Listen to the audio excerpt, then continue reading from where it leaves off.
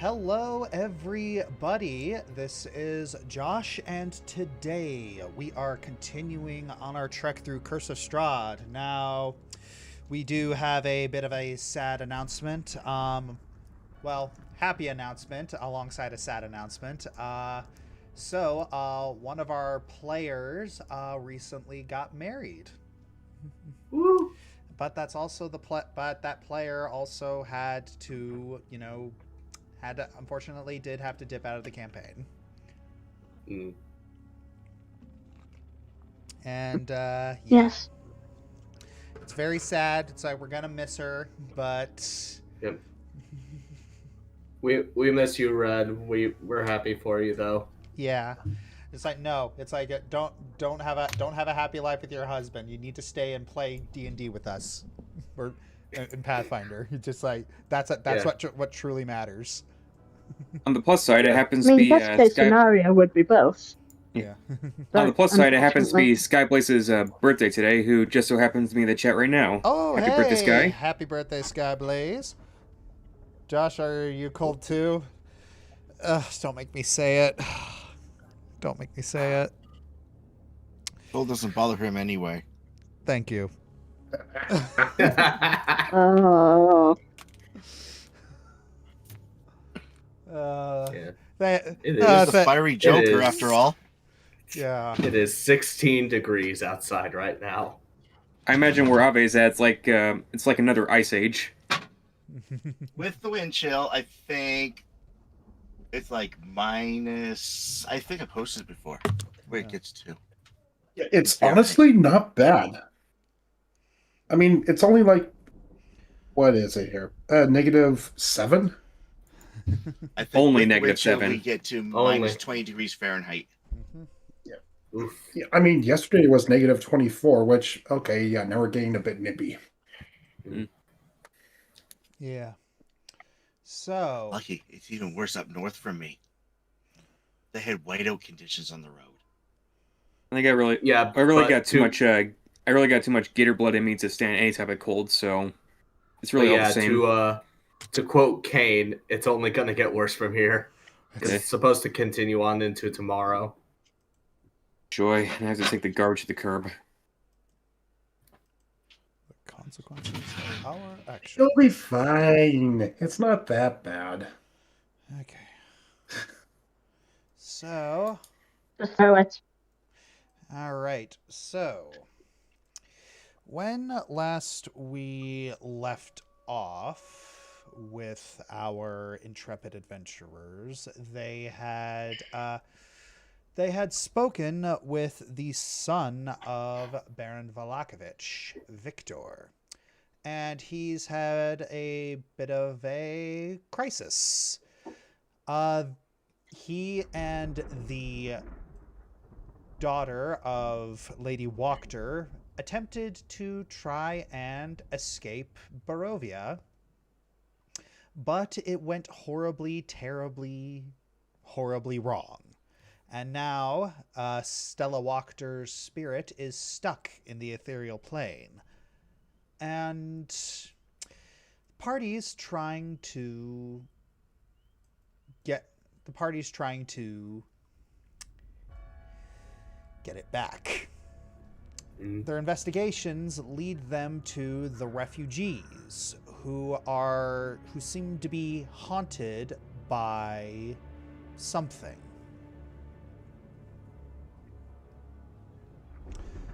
We do know what that something is. It's a night hag. Yes, a night hag, which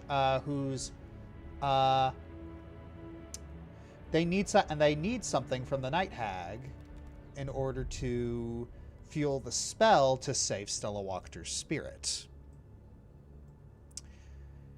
So, as their investigations lead them to the refugee camp in the Vallaki town square.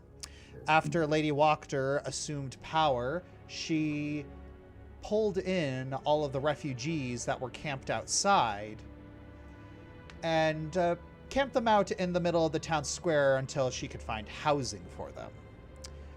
as the people she cared about are now safe and sound, Vesper has decided to, and after all the pressure of, almost dying, all of that stuff, she is still very young. Vesper has decided to take care of the refugees. I make a request. Yes. Can we have Vesper give Aliara the poisoned blood? Sure. Yeah. The poisoned blood. I don't know what she called it in her inventory or whatever. Yeah. I'm gonna have to design that, but yeah, just remind me of that. Anyhow.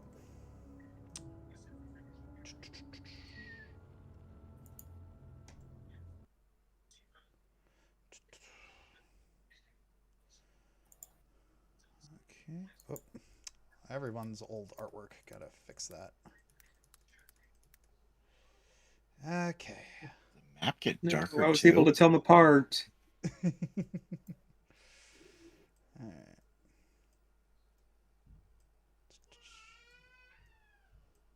Though I do like my updated artwork.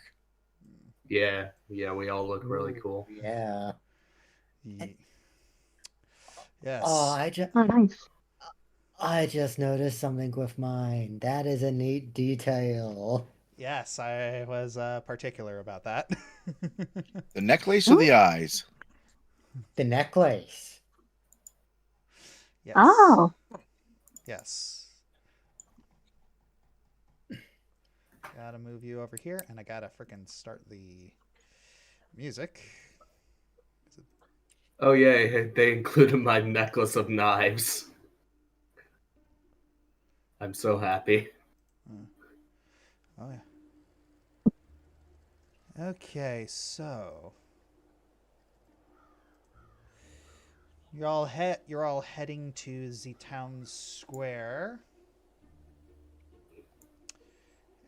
and Oh no, someone possessed Dara. I'm just reading chat. I just saw that. Okay, that was a tough to pair. I thought he just grew.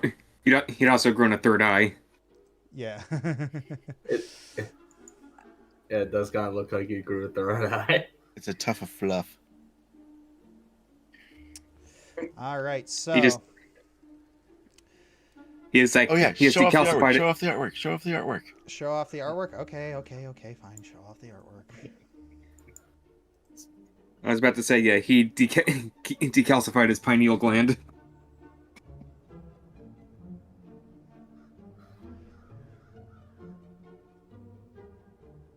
Dara's. Yeah. There we go.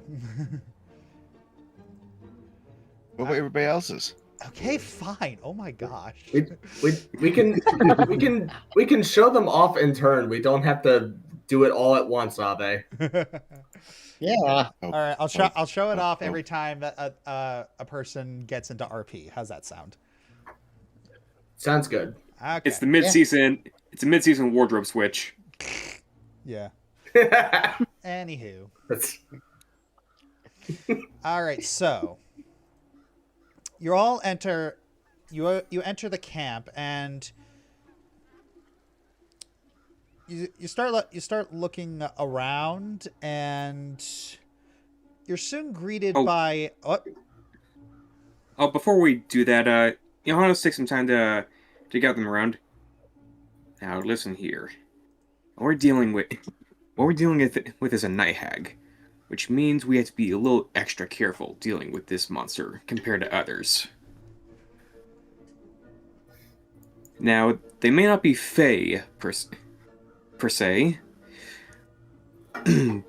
but I don't think it's wise to go around them using our real names. Names have power. Extremely potent power. And seeing what we're dealing with tends to deal with bargains. it's very likely this creature will be more than willing to use it against us.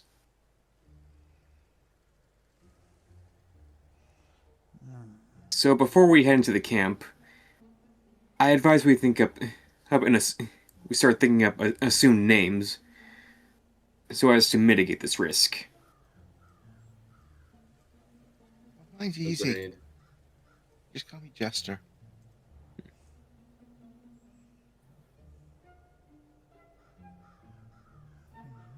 I'm already dressed as one.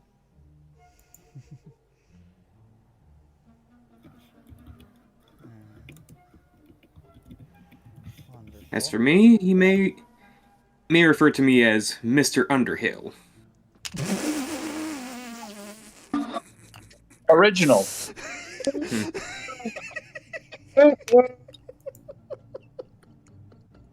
Hey, I have an entire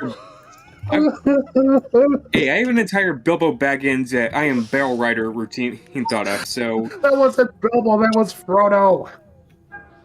Who's Frodo?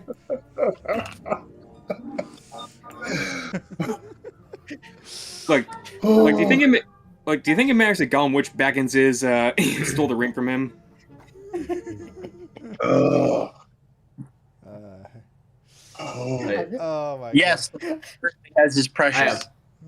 I found the perfect name. God. Okay.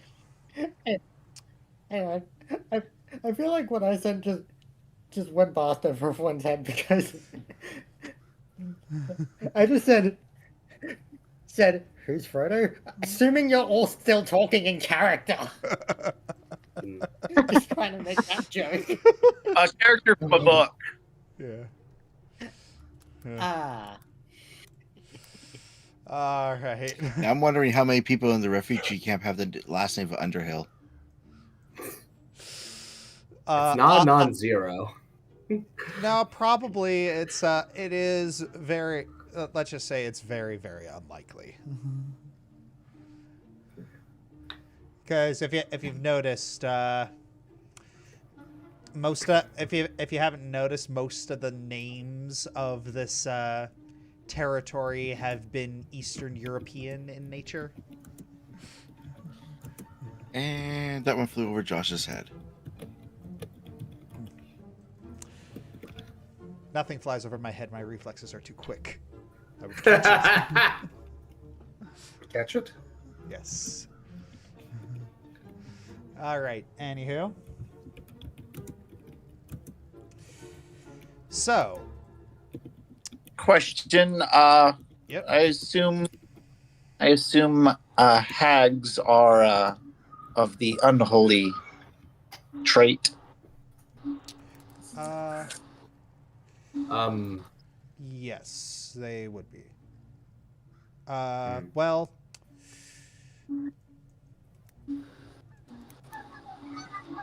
Whoa, what's that? What's up with Who let in the geese? goose? Who let in the goose? Are they? Put your Wasn't animals me. back in the cage. Speaking of unholy things, I love how we all just assume it's Ave.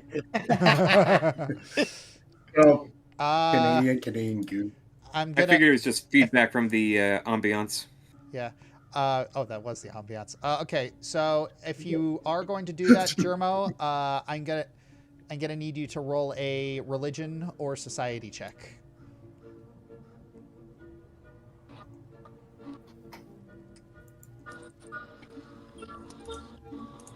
Also, Jeremy is muted.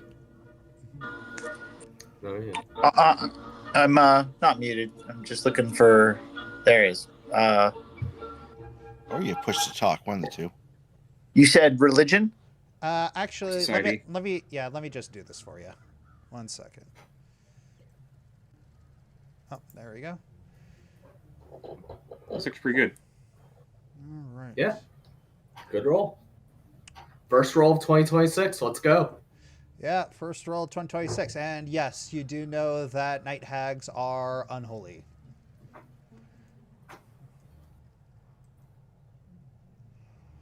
So that is something that you do have you have tools in your toolkit to fight. I can use mass healing without worrying about accidentally healing the enemy. Woohoo. Do you relay this information to Falsifer? I can also damage the enemy by casting mass healing. So that is definitely a strategy to employ. Let me check my toolbox real quick. All right, so if that's the case, then I am going to do this. And we also know that it's that's not an upgrade. Hello. We also know that her disguise is technically illusionary magic.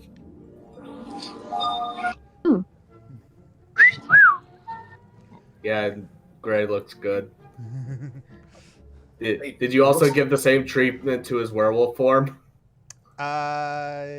Ye- We'll have to find out later, won't we? Yeah, I guess so. I could have sworn his backstory he was in his he's pretty sure he's in his late teens. Let me double check that. I don't know. He looks kind of young. Yeah, he can feasibly still pass as a late teens. yeah. He has a I think Dante it passes as a look. Castlevania Pretty character. sure it was 19, but let me. Yeah, I can't I remember. believe 19 with this picture though.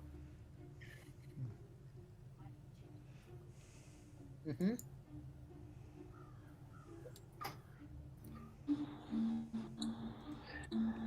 At 19, I personally passed for 14, so.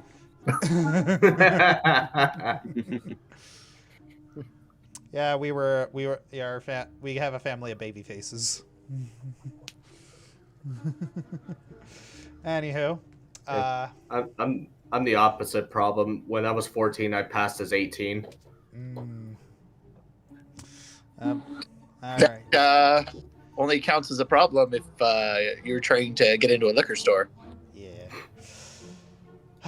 Anywho, so as you're all entering the camp, a melancholy older man with graying hair and a younger woman with deep circles under her eyes, they both approach you. They're looking between themselves and they're asking, and the elder gentleman asks you, why have you come to our camp?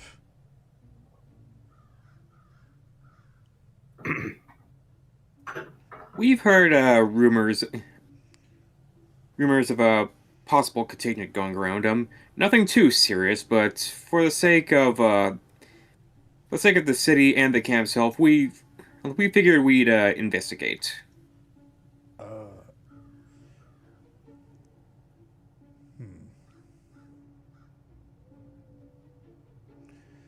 What sort of things are you intending on? What do you think you'll find here?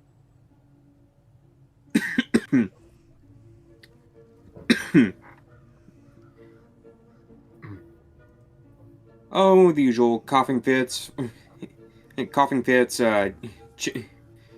chilled bones that feel like jelly. Maybe the odd sore, but that's only in the worst case scenario. I hold up my medicine kit.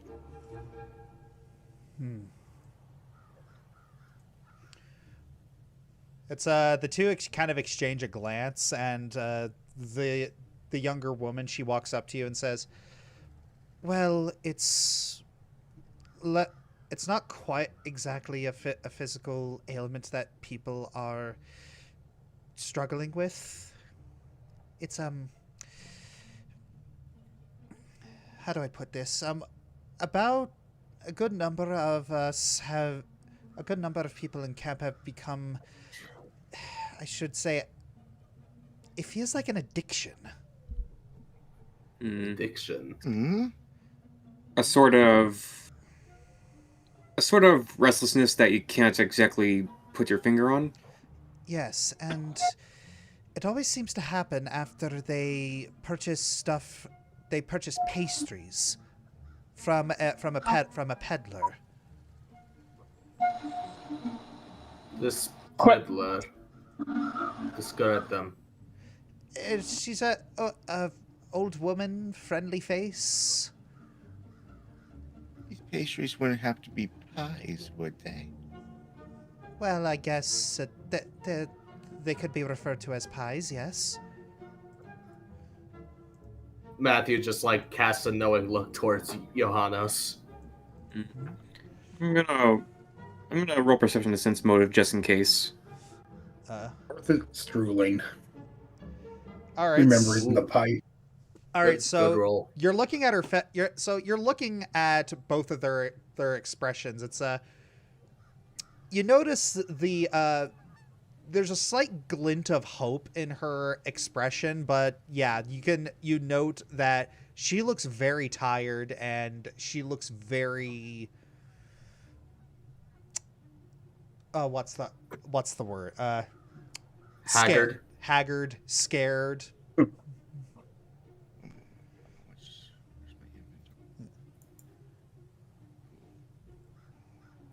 Hmm. You don't think it's the same lady we met in Barovia, do you? Be quite Could a you- distance if it were. Show us. Is the peddler here now? No, she is not. Do you know anybody who still has one of her quote unquote pastries? No, but there is someone who is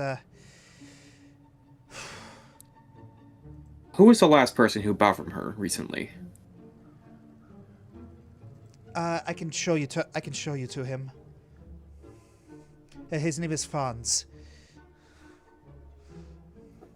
He's been suffering for the past 2 nights. If you could examine him, I would really appreciate it because I don't. Oh dear.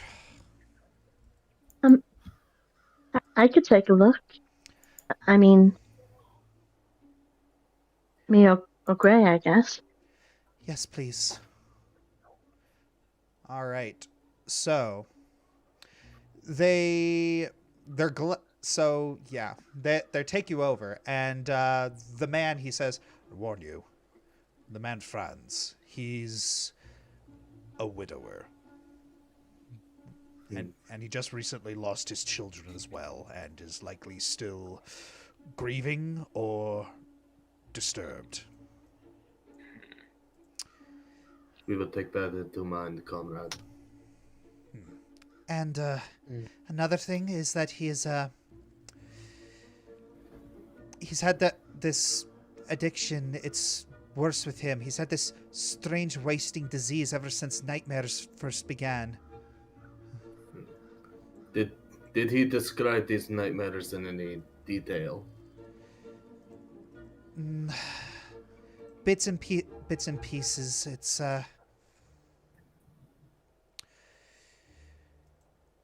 It's he was a little delirious. I hope you can make sense of it. So they continue to lead you further, and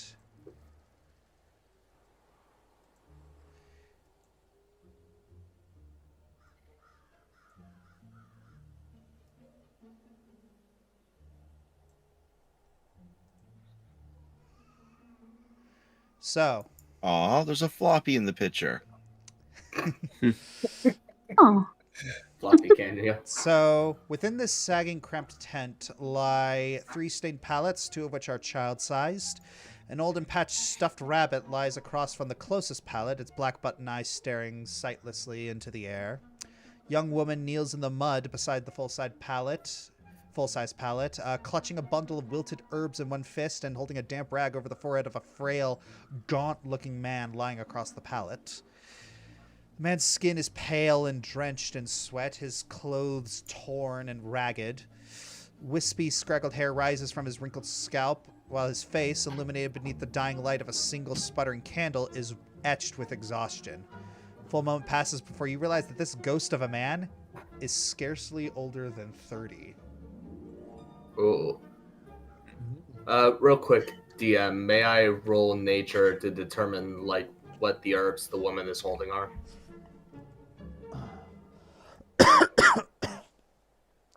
Sure.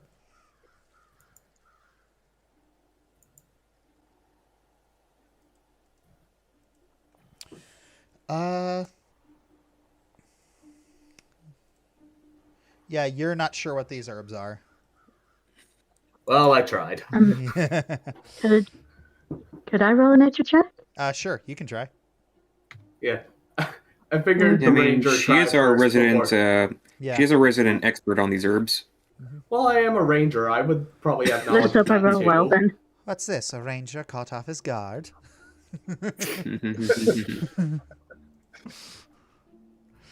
All right. All right. So, Yes. Falsifa, you know that these herbs are attempting to are you inhale them and they have a sort of painkiller effect? Hmm.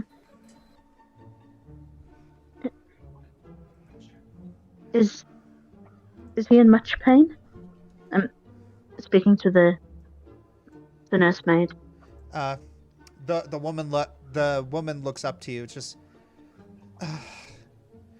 oh, who are these people? What's going on? And then the older man, he says, they're here to help.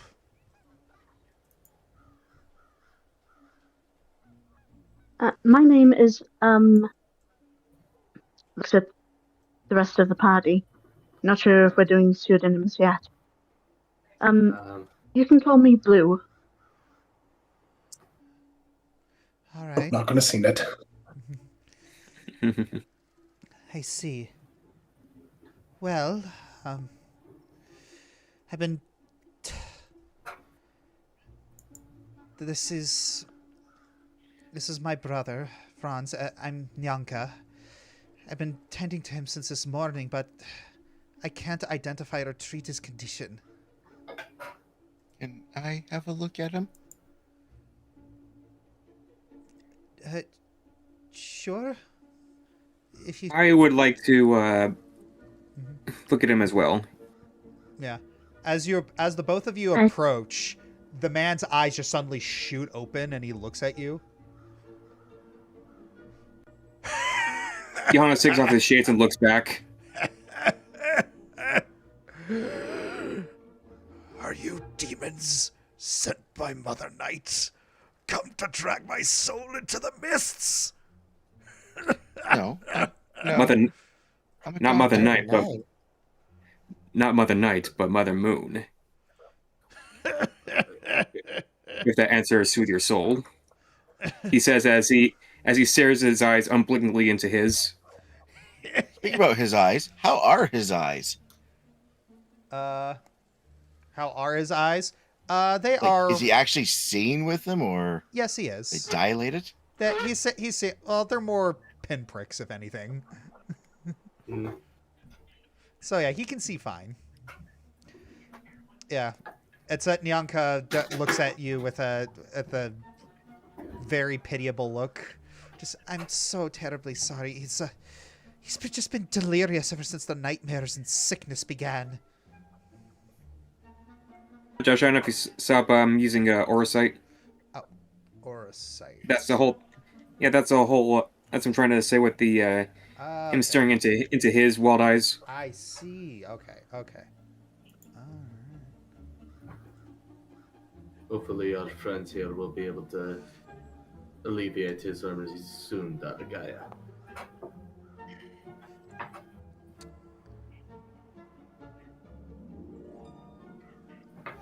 Interesting. Okay, so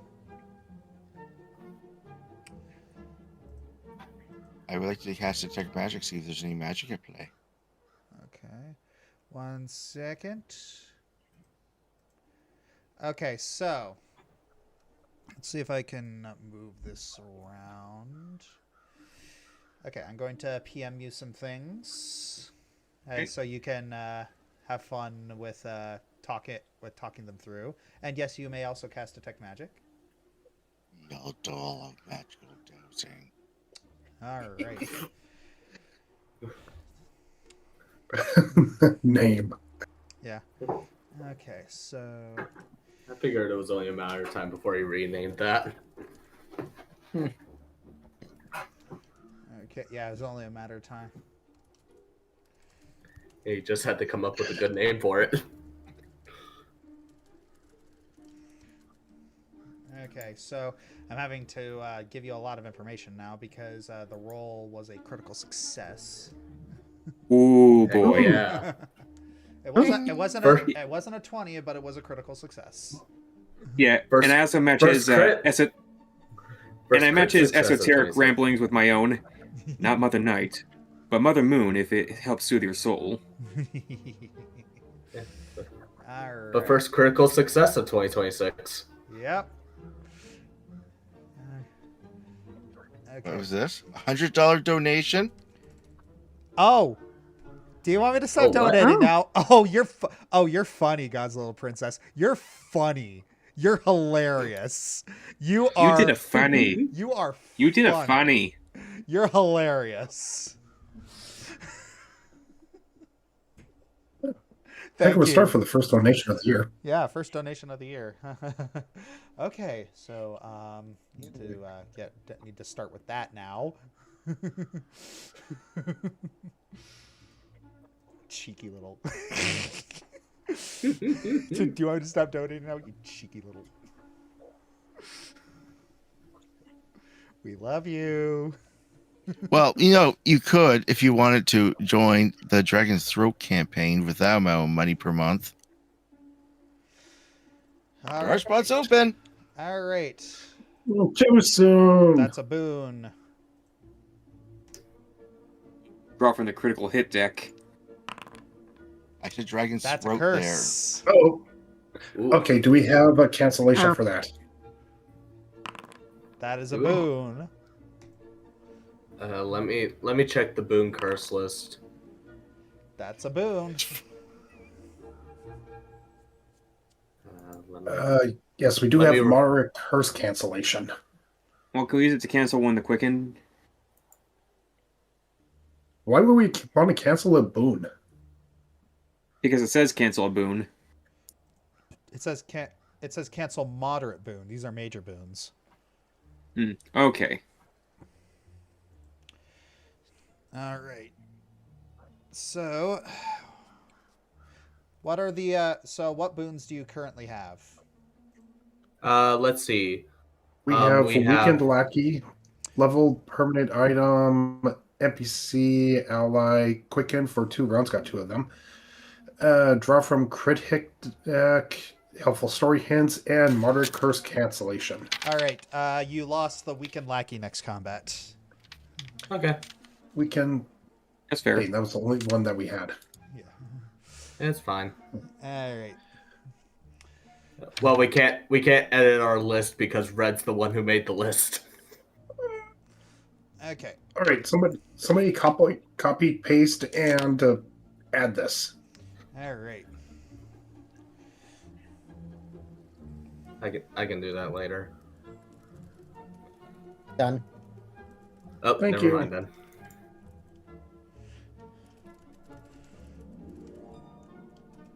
Okay, and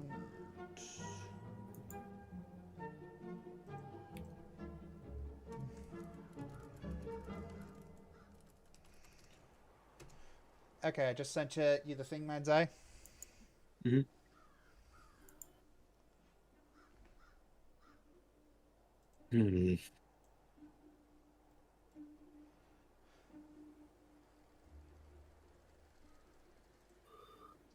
You know, Jordan, I think the Aaron's son, ex-Baron's son, is staying at the house.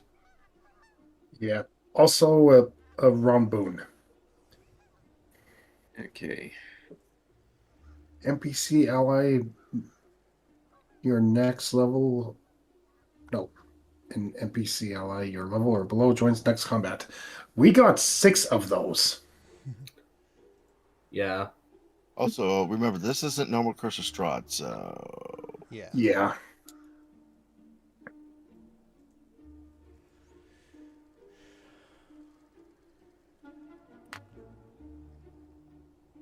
Johannes turns to the sister.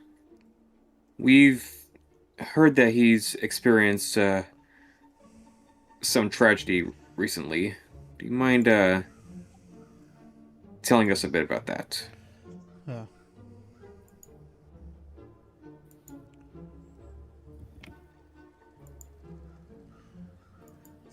So,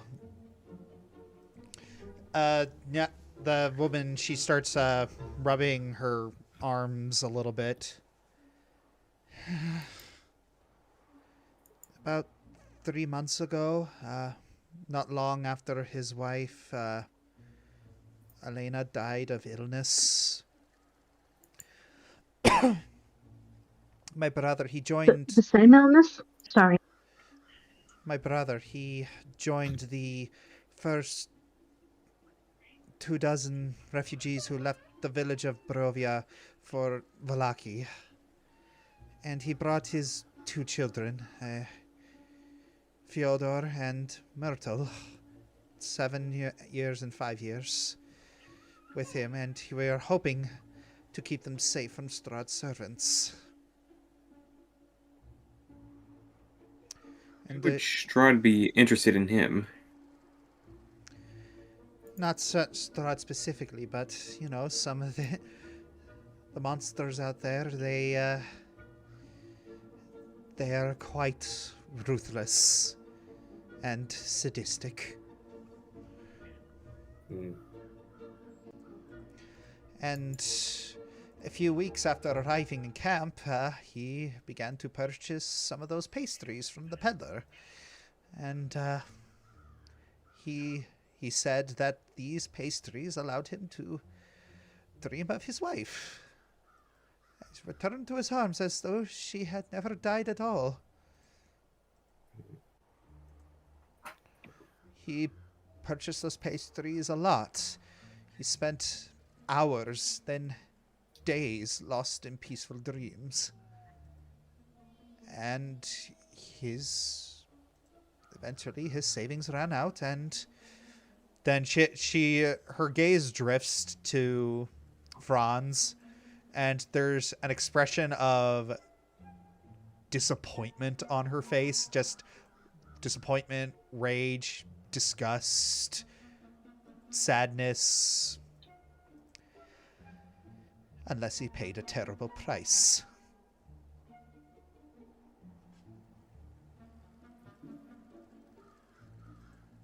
A terrible price?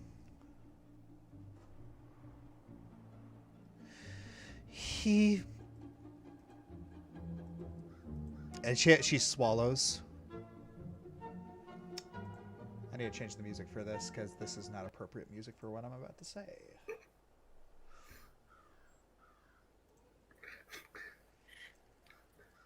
It's like that one Nostalgia Critic joke with playing the happy music over the Marley and me scene. Yeah.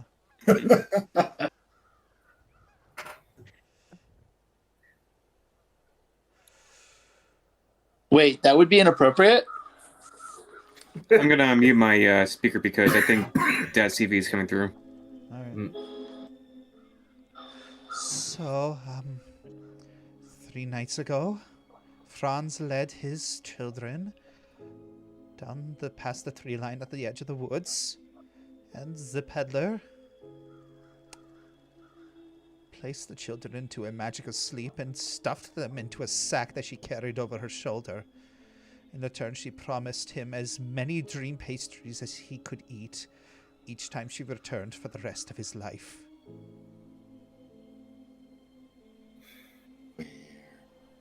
Oh, God. This peddler. I mean, that's Doris saying that out loud. And I'll continue.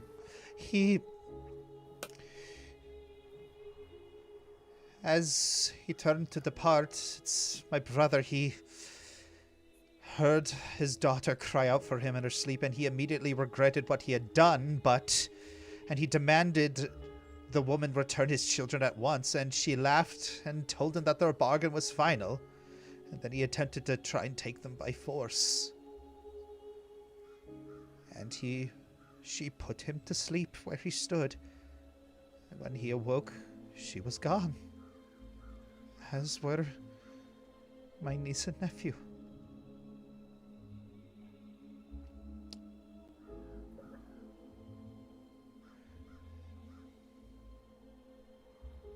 And you were there to witness all of this. No. He told me what he did. You Yes. have anything of theirs? She points to the rabbit.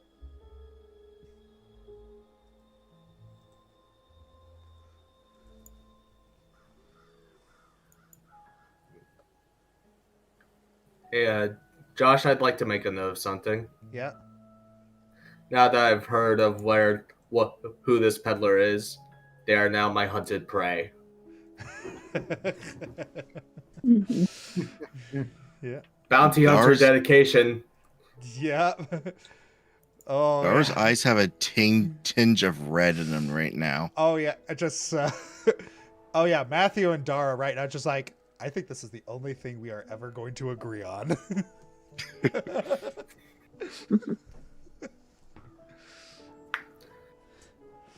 Ooh. I will have great pleasures bringing this peddler up by her entrails. I'm here. Just. His nightmares have been getting worse and worse. It's. Some days he's just paralyzed. He can't move or twitch a single muscle. He's drowning.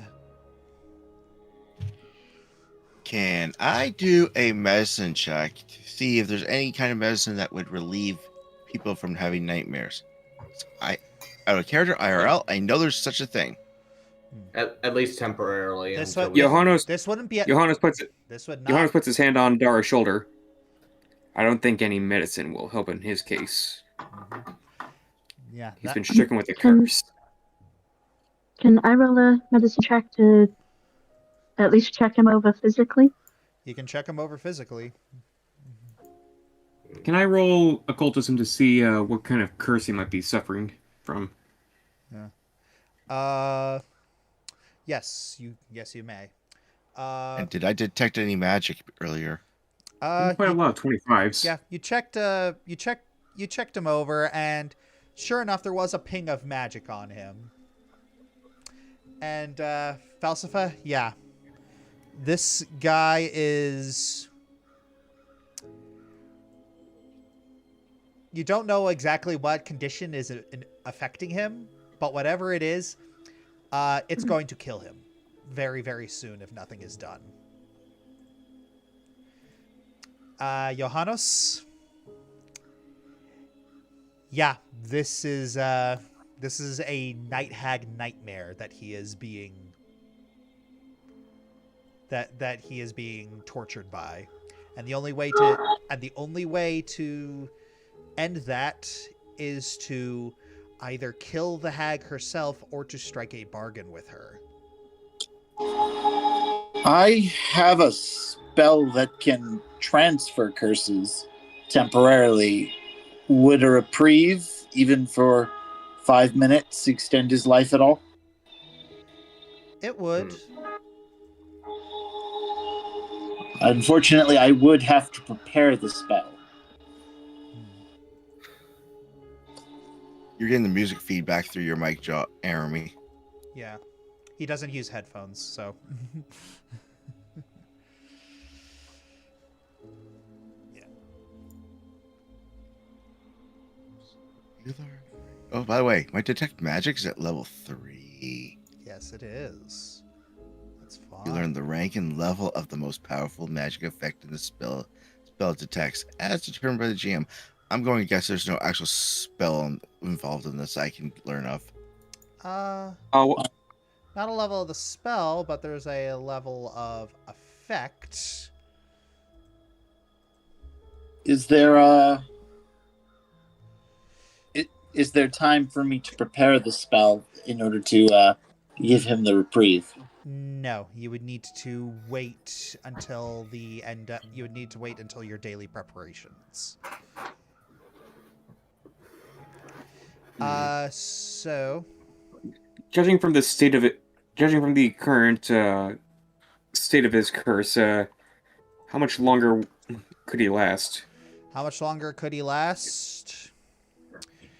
3 days, maybe 5 if he had if he had proper nutrition and care, but given what's been going on right now, that's a little slim. Then I suggest we move quickly. Easier said than done. We don't even know where this peddler is. We might actually. We know. Okay, We know the last place she was seen. We have a start If- to the place. I'm curious. So, question for the DM, I guess. I have the spell Anointed Ground, which allows me to consecrate an area.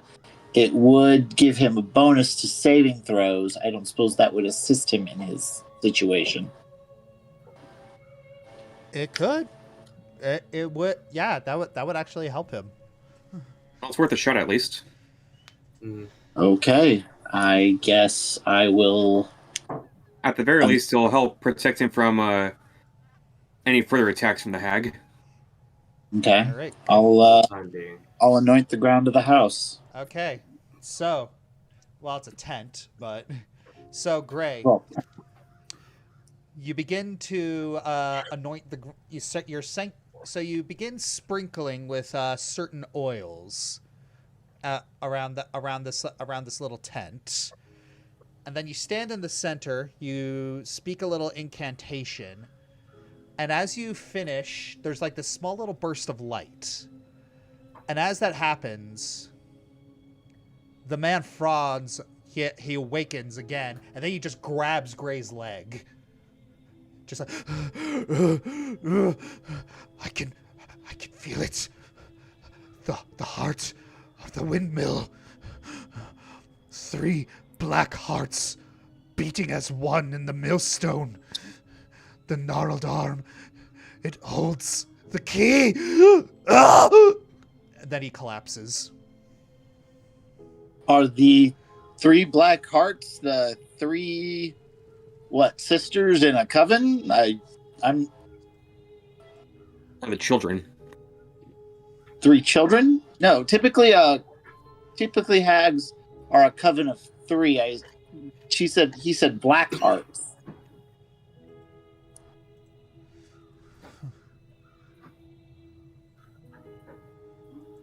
And who's to say that those black hearts aren't the children being made into changelings?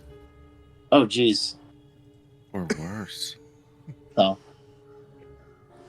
well, I guess that cryptic message could be interpreted many different ways. I think we should search the rest of the camp quickly. Okay. Yes. All right. Time is of the essence. Would Agreed. a heal spell do this guy any good, or should I save those? Heal spell You would not should do this save guy. those. The heal spell would not do this guy any good. Okay, good to know. All right. So, I as think Feline may have disconnected. Oh. from the No, game. I'm still here. No? Okay. All right. Anywho, so as you depart the tent,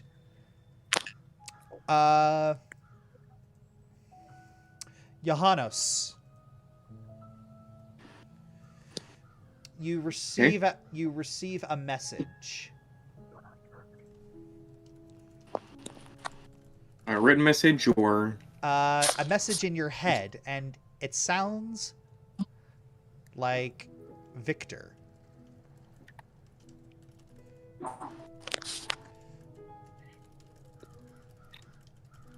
I'm so glad I am prepared for this.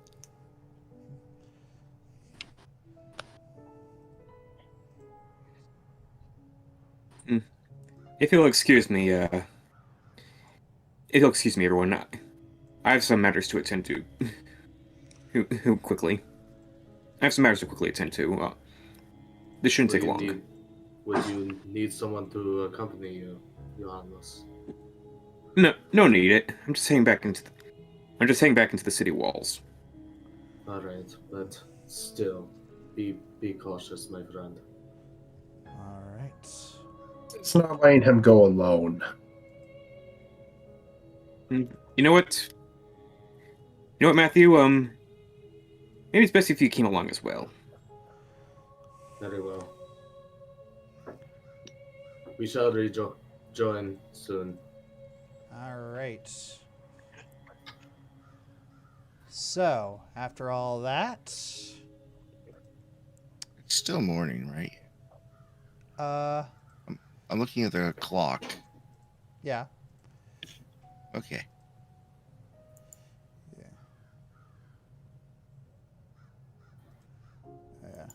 Should be, no, yeah, an hour should have passed. So, Oh, now it's noon. yeah. Okay. So, anywho. So, Johannes and Matthew are heading back to the mansion. And everyone's staying by in order to investigate the tents a little more. Of course, let's go and go with Johannes. Okay. Okay. All right. All right. If that's the case,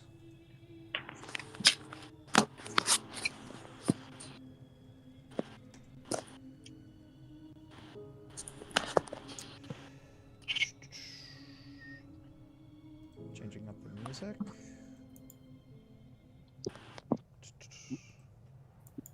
Where is it? Oh, come on. There's a lot. I got a lot of little menus I'm having to go through right now.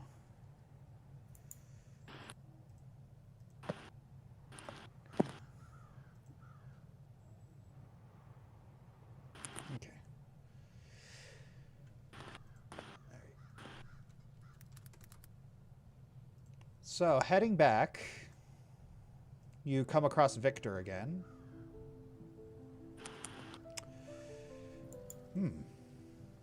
I'm a little bit surprised that not all of you came. Because this does concern all of you. Oh, whatever. Whatever. Well, you weren't exactly the most specifics. But in any case, nothing that can't be relayed back to the rest. All right. So, I have information. There are 2 ways to obtain a Heartstone from a Night Hag. Willingly or by force. So, in order to obtain a Heartstone willingly, you have to bargain something of great value in exchange for a loan of the Heartstone. Hags are legendary deal makers, and can be trusted to the letter of the word, but only the letter. If I recall, hags mainly deal in suffering. You're not there. Yeah. Yeah. Anywho. So, in order to obtain the Heartstone, if you are to obtain the Heartstone by force, you have to incapacitate or kill them. This is very hard, for multiple reasons. 1, hags tend to gather in covens of 3. A practice that makes each hag stronger and provides easy access to allies. So, this... Did you find anything out about the hag? Not so much something as someone. We found the last person to have been cursed by our nearest hag. Ah. So, do we have an identity do we have any sort of clues as to who this hag might be?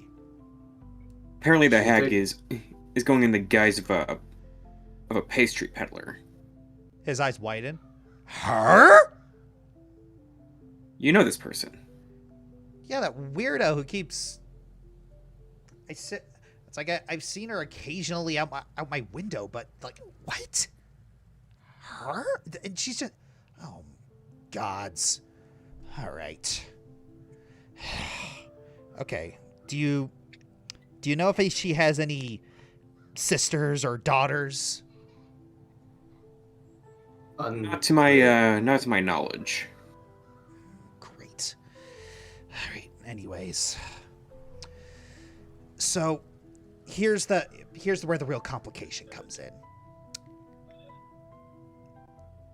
Night hags can just use their heartstones to flee into the ethereal plane. They can just dip out as soon as they feel threatened. And that sort of mechanism can't be counteracted.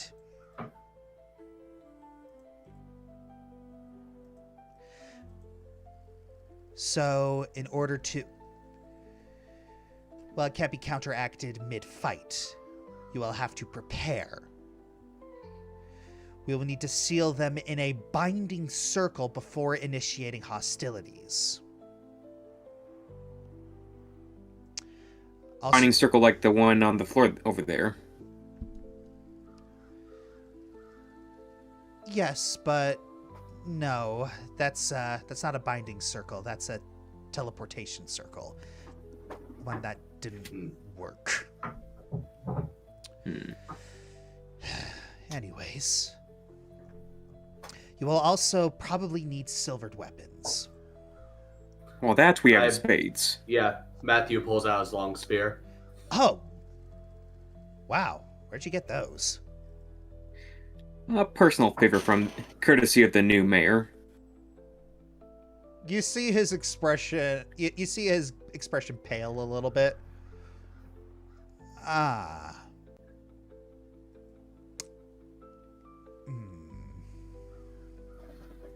Well, Hey, the Wheel of Fate has many twists and turns. It's not for us to question them. I see. Well, so that peddler. Do you know it? What else do you know about her? Do you know where she makes birth or anything? Does she have a home? We know she lives in a windmill a few miles outside the town. Windmill. A flock of ravens also tended to congregate around the premises. Huh, that's unusual. Whatever. Okay, so windmill. I think I know something about that. Give me 1 minute. He starts going through. He starts digging through a couple of the books he has up here. Aha. Okay. He opens the book and it's a blueprint of a windmill. And it's located alongside an original assignment of land signed Baron Boris Valakovich to Gustav and Elizabeth Durst. There's that name again. Yeah, you remember the Dursts from the haunted house. Yeah, it's actually their coat of arms windmill. Yep. They certainly got around, did they not? Yeah, so it's really interesting. The design for the millstone actually contains on a compartment built into its side, likely as a piece for storage. So if the hags are hiding something other than their heartstones in the windmill, it's likely located there. Well, it's funny you should mention that the man we just interrogated, in his ludicrous ramblings, he mentioned 3 black hearts in the millstone.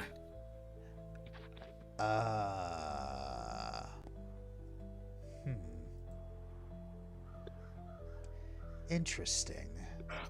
Well, I guess that's good. All right. Well, so here's the complication. I don't know how to do the binding ritual. Of course, it's never that easy. Because here, look at this. He turns to a page in his spell book. It's I have an illustration here. It depicts a binding circle, but it doesn't tell me how to make one. Mind if I look it over? Sure, go ahead. All right, what do I have to roll for this?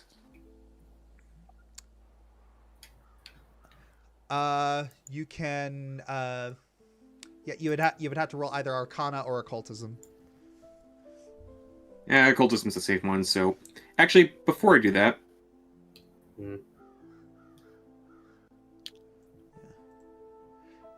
Scholarly Recollection. Okay. Rolls the trigger twice. yeah, I'm re-rolling. Oh, I am nope. re-rolling Yeah. that one. Yeah, please re-roll that. There we Okay. go. Okay. Oh. One moment. You can't use two fortune effects together. Yeah. But Well, Okay. so yeah, you're gonna have to I choose. apologize. You're gonna have to choose one to get rid of. Not use either the Scholarly Recollection or the Hero Point. Give her the hero point because whatever I'm rolling is gonna be better than that. Okay. All right. Well, if that's the case.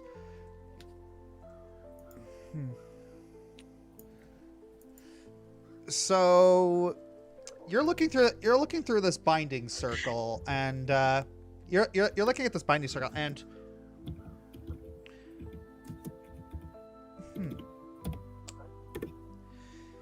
yeah, it's a little difficult to actually figure anything out from it, because yes, while the symbols are there, the actual ingredients and incantations that are required to make it are not present. However, as you're kind of walking around just studying it, you look up and you see the spirit of Stella in the mirror. She's waving at you, just trying to get your attention. Yeah, he walks up to the mirror.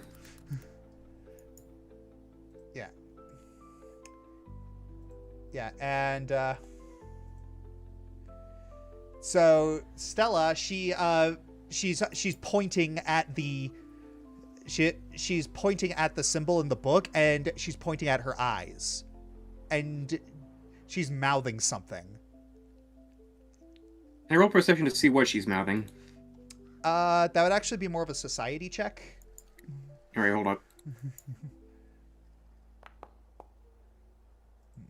yeah,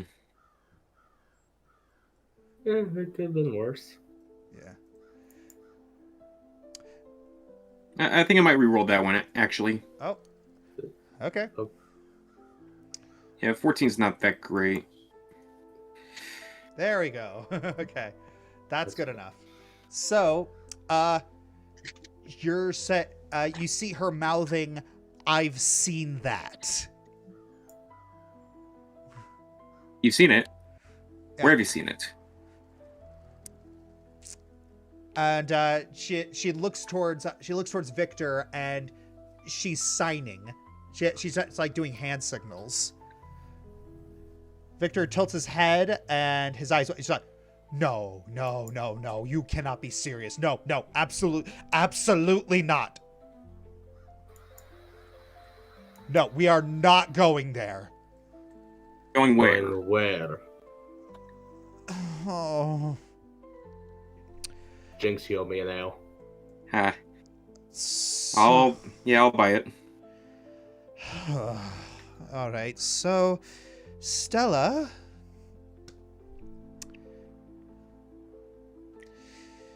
says that she saw that binding circle surrounding Wachter House.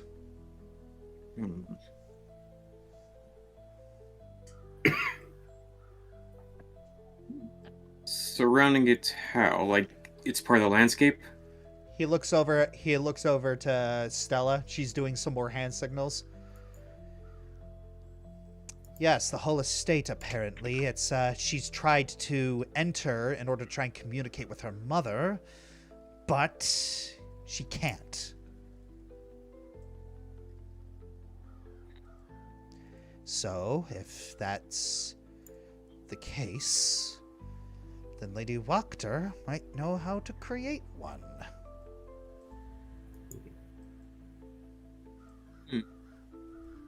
Well, I suppose it would not hurt to ask.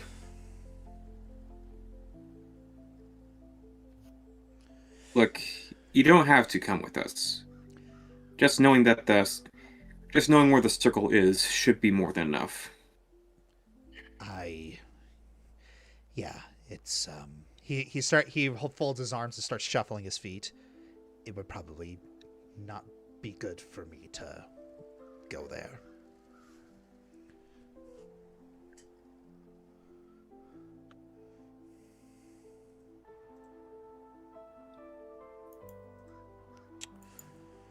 All right. So, you're going to head out? Yep. Seeing as this is our only lead so far. All right. Indeed. So, you're going to return to the... So, yeah, as you guys are returning to the refugee camp, it's like everyone's just been... everyone else has just been...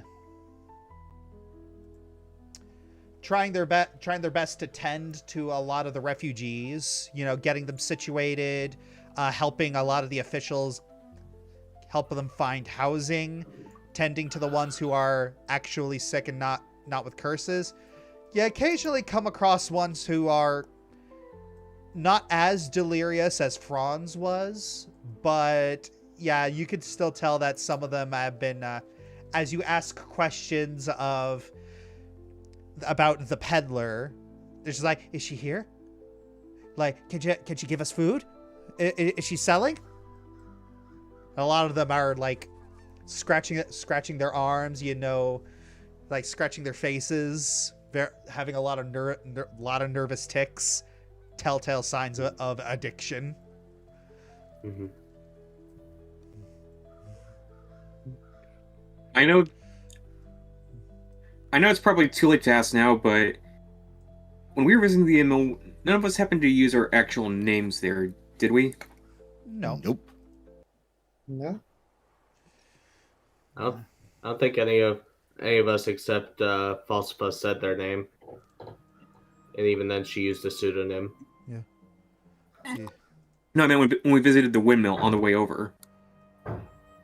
Oh, that's actually a good point. I don't remember. You don't remember. Asterisk. Dara was a doll the entire time. So okay, so we know for certain Dara's safe. And I don't Good think God, Dara ate any of the thank pastries Kevin. before. And Kevin, at least we know Dara is safe of all people. No. As far as I remember, Korth is the only one in the party who actually ate one of the pies. Yeah. Yeah. No, I think somebody else did. Nope. No, No, it was Falsifa- that I remember. nope. It was no, only it was it was only Cor- only Korth. Yeah, I think Falsifa does have another pie on her. Or it might have been Aliara. I don't remember which of the girls it was. Yeah, I do think we kept one of the pies. Yes, I Well, do still have a pie. Okay. yeah, I was gonna say I don't see a pie in my inventory. Okay, so thing we didn't Falsifa eat it. still has. I'm not sure it's in mine either, but I did buy one. All right, she bought one, but she never ate one. Yeah, she always intended to study it to find out exactly what's going on with it, but never had the time. Well, I now's a mean- good time as any. Yeah. All right. Wait, okay, are you sure you want to do that in front of the addicts? I was about to say. Yeah, Hmm. probably not the best idea. Yeah. Maybe we probably should get find somewhere a little away pie. from Yeah, the refugee find camp somewhere- before yeah. we Find before somewhere we start safe. studying it. Yeah, find somewhere safe. Mhm. Yeah. All right, so you head to a safer part of the city, and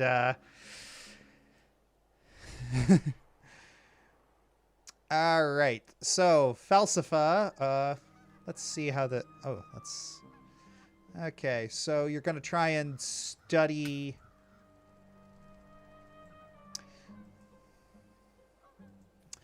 All right. Does anyone want to assist her? Because this is gonna be a. All right. Who wants to assist her? Depends on I what kind of check can- we're doing. Yeah. It is Okay. gonna be. Okay. It is going to be a nature check, but don't roll anything. I'll do it then. Josh, since Korth ate a pie, does he need to make a will save or anything to resist the temptation of eating it? No, because the pie has been out for so long that it is very stinky. Plus, I think but he has no problem. Plus, I think you ate it long enough to go to not really be addicted to it all that much. Yeah, he ate. There was a save that he made earlier on that he passed. Okay. I don't think the state of the pie matters, considering he ate a mimic and then threw it back up again intentionally. Yeah. Anyways, I'm willing to help with the nature check. All right, so if that's the case, yeah. Okay. Ranger caught off guard. My flippin' green behind. Okay. So do I? 1 second. I have to adjust the difficulty for this because it is rotten now. So. Hmm. Okay. Wouldn't that, wouldn't it be easier now that it's breaking down to its most essential components? Nah, you'd like to think that, wouldn't you? Yeah, I would. You think with the amount of exposure and probably mold or whatever other amounts of decay is probably on it? Okay. All right. I mean, in game, it's been less than a week. Right, so who's all helping her? I'll do it. Matthew is. All right, Matthew, Johannes. Okay. Anyone else? Well. Okay.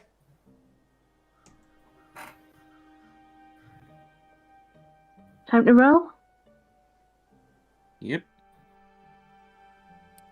Okay, this is so Baldur's Gate 3, and I love it. Okay, We've had this on before. Really? Because I don't remember this. You need to click the little dice in the. Oh, sorry. Yeah, that's fine.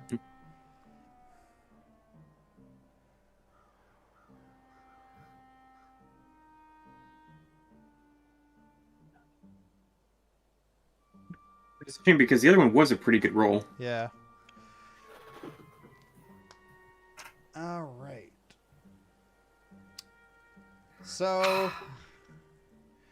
Falsafa. Falsafa brings out the rotten pie and. Wait, hold on, Josh. Let me tell you something. Let's scroll game chat down. Oh.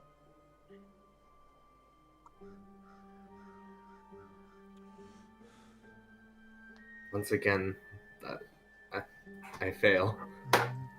Sorry. I'm a disgrace to my kind. Yeah. Yes, it was.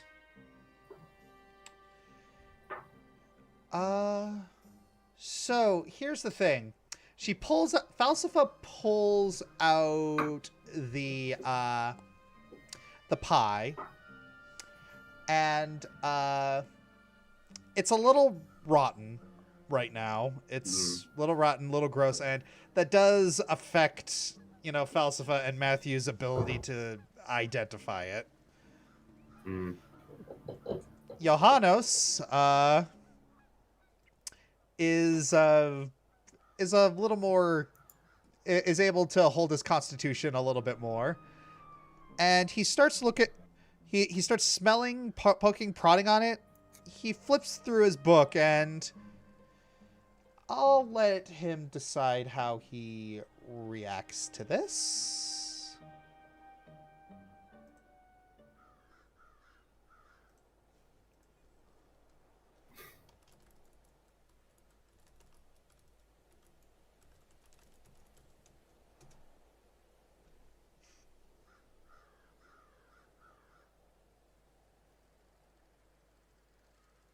Johannes just looks at Korth and looks at the others.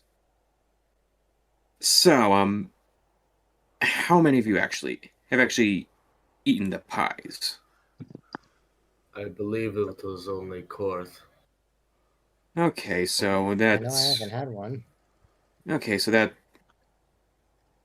that's something of a relief because that pie contains human flesh. What?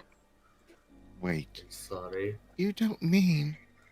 It took a while, but I found the traces of what appear to be a finger and bits of an ear. How big were they? I don't know, Josh. How big were they?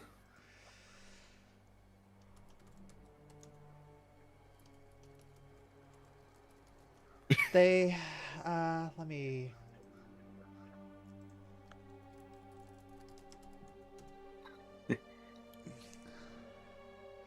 Oh, forget Soul and Green. They went full on Titus Andronicus here. And hopefully not in the literal sense. I sent you a PM.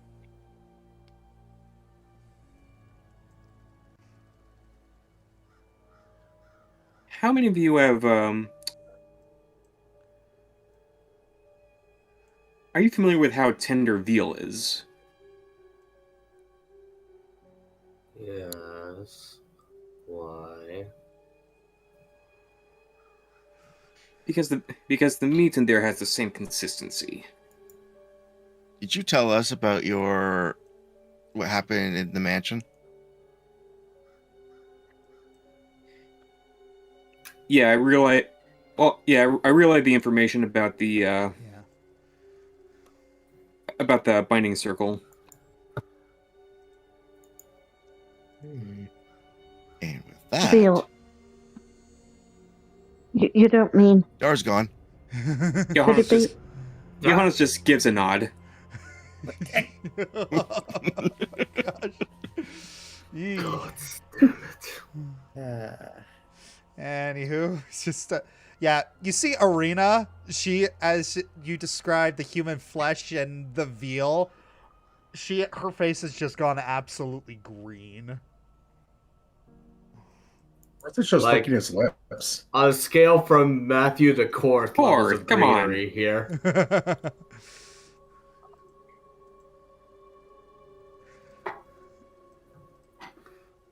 Yeah, it's So you guys know what veal is, right? Isn't it like Yeah. baby cow? Yeah. AKA Yeah. the pies are made of children. Yeah, especially treated calf meat. Yeah, I think Falspa's already connected the dots.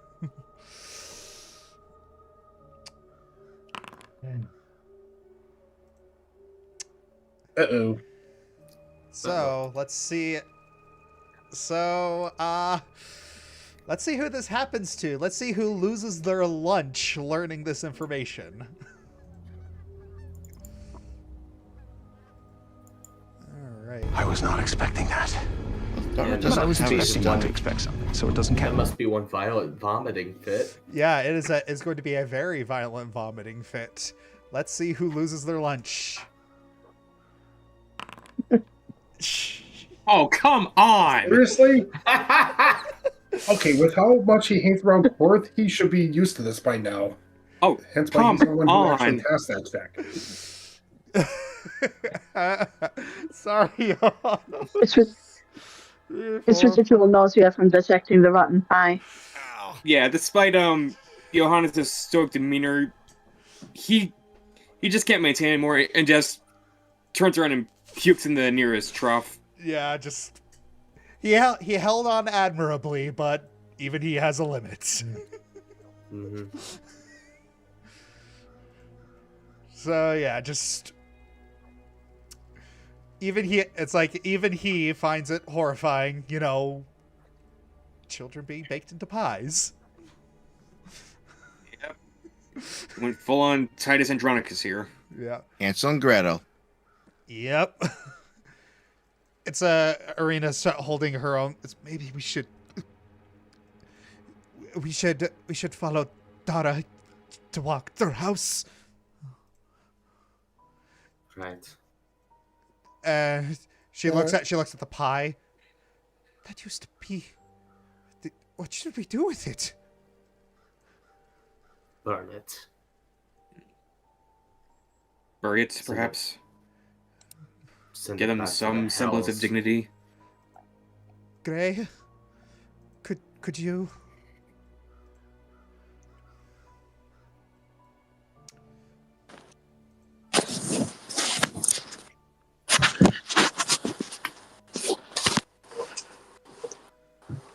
Do you hear me? Say that again. Yeah, it's yeah, Arena is asking you to bury the pie. Or burn it. Or because it Perform used last rites. because it used to be, they figured out it used to be somebody. I take it carefully and go outside, Yeah. and I go to find a spade, and I begin the proper rites. Oh, you head. I'm guessing you head over to the church for that. Yep. Yeah. So Gray just solemnly takes the pie and communicates he'll be right back. In any case, Johanna says as he wipes his sleeve across his face. Now you know why I was so reluctant to take that pie in the first place.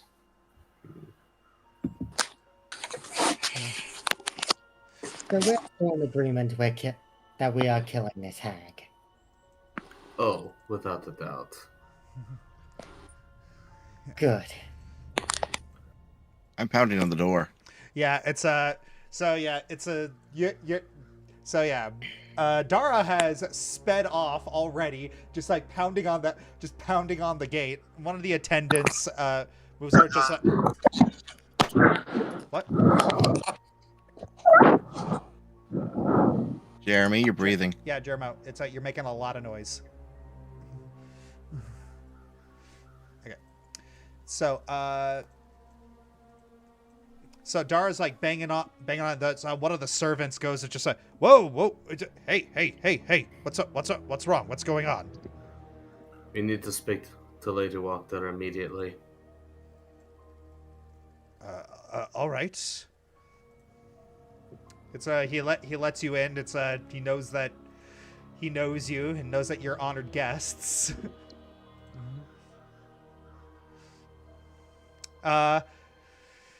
It's Arena stops by. It's just our priest Gray. He's lagging a little behind. He'll come with us in a bit. And apparently he also. He's literally lagging behind. Yeah. All right. So, heading back to Wachter House.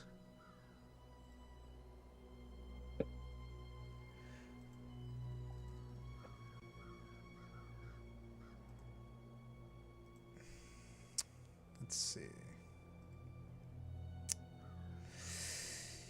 Upon entering the manor, you're ushered back into the parlor. Lady Wachter greets you shortly after.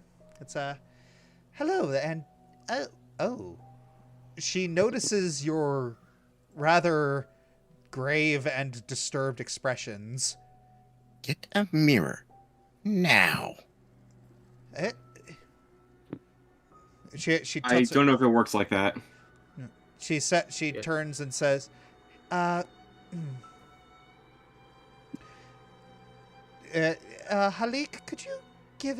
could you prepare some tea? I think our guests might need it.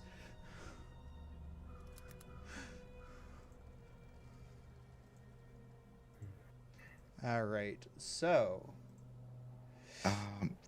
she moves over. Yeah. Sorry, just a side note. You haven't updated all the characters yet because I don't see the sons there, the Baron's sons there, under the mansion. Oh, okay. Let me fix that. I'm only saying that because I forgot his name already. Victor. That's what that was. Okay. Okay. Okay, where is it?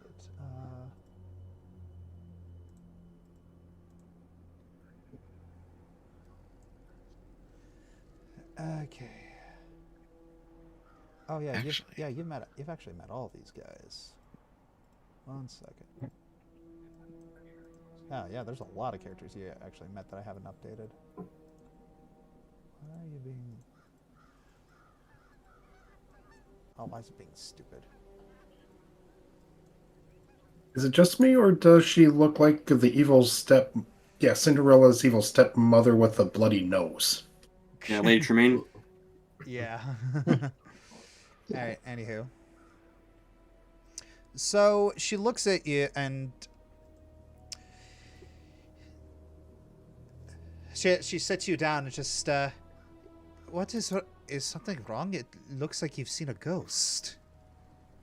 You may want to take a seat. We have a lot of disturbing information to parlay. Very. Alright. She sits down. Spare no details. I'm pretty sure I can handle whatever you have to reveal to me. Well, what do you want to hear first? Let's put it this way. We have information on your daughter, hags, children, and who we're going to beat up next. Her eyes just tight. Okay, now Her eyes just tighten right now. You know information about Stella? Indeed. Yep. We don't just have information. We've actually spoken with her. What? Technically.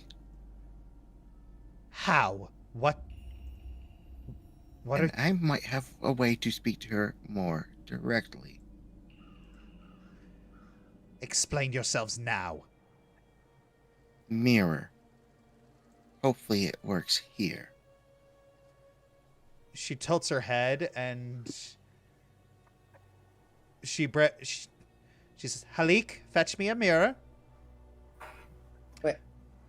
Wait, out of character. When Johannes told us about the binding circle, would that include of Stella's attempts to try going to the Wapta house? Oh yeah, yes, it's preventing Stella from entering the house. Oh, I thought she was in the house when No. No. we had the fog, the glass thing that happened. No. No. Okay. Well, unfortunately, the mirror's not going to work.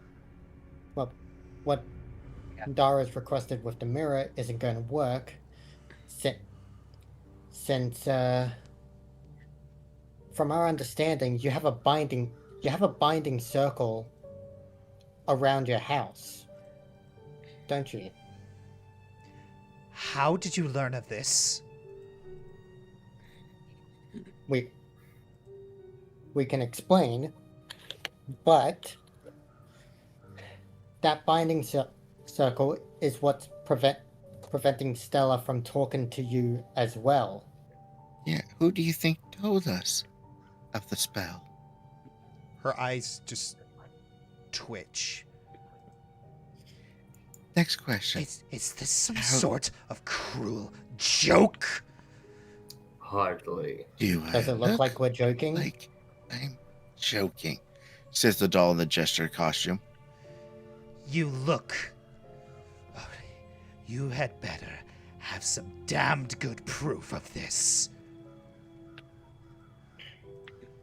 We'll need to go outside your binding circle, apparently.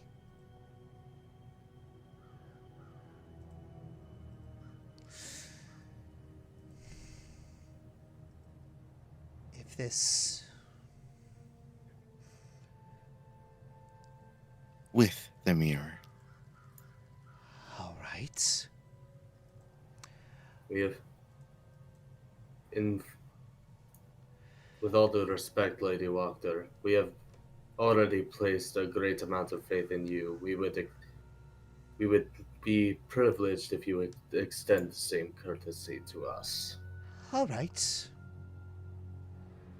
If that is the case, then I will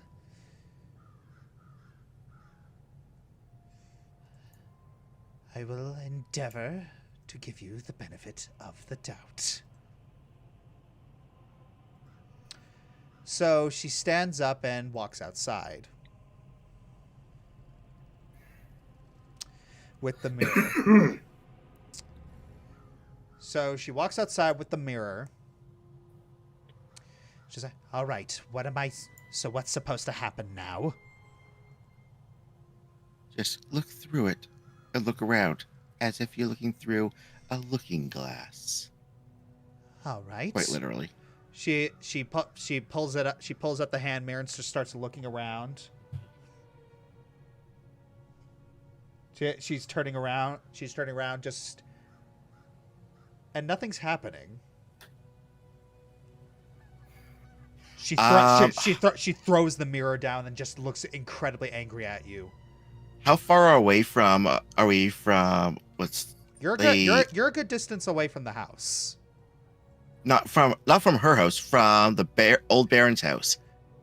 No. What? Are we within 500 feet? No. Damn. Look.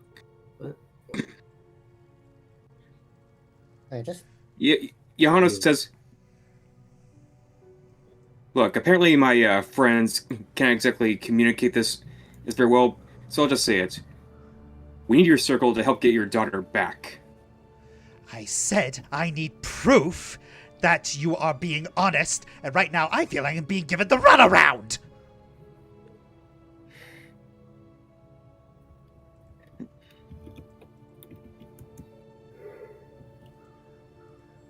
I'll tell you what. We'll come back at midnight. And once it's midnight, you'll meet us out here, and we'll bring the proof to you.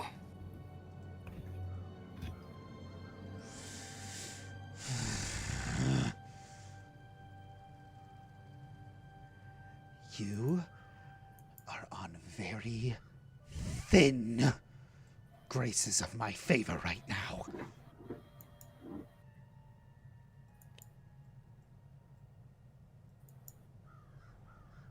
It's a good thing I just happened to be a very good skater as a kid.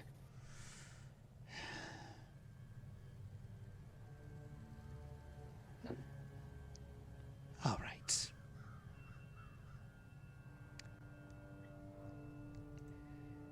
Leave now. With pleasure.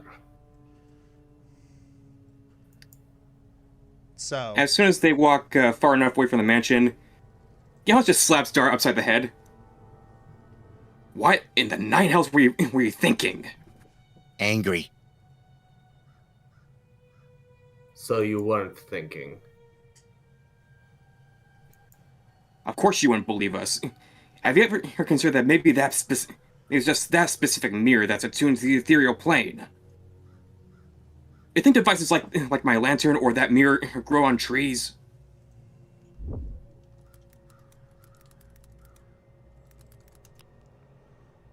That's the case. I take it we're going to go grab the mirror? Yes, but it's going to be hard. First off... No. The boy's coming with us.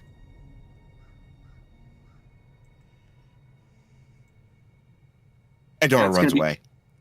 No, you don't. Oh, okay. You know what? Since I haven't had a chance to use it yet... No, you don't, you goblin. I'm gonna pull out... Since I haven't had a chance to use this yet, I'm gonna pull out my whip and try to grapple with it. Oh, okay.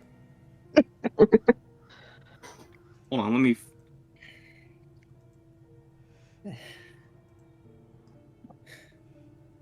Oh no, I'm gonna trip him up with it.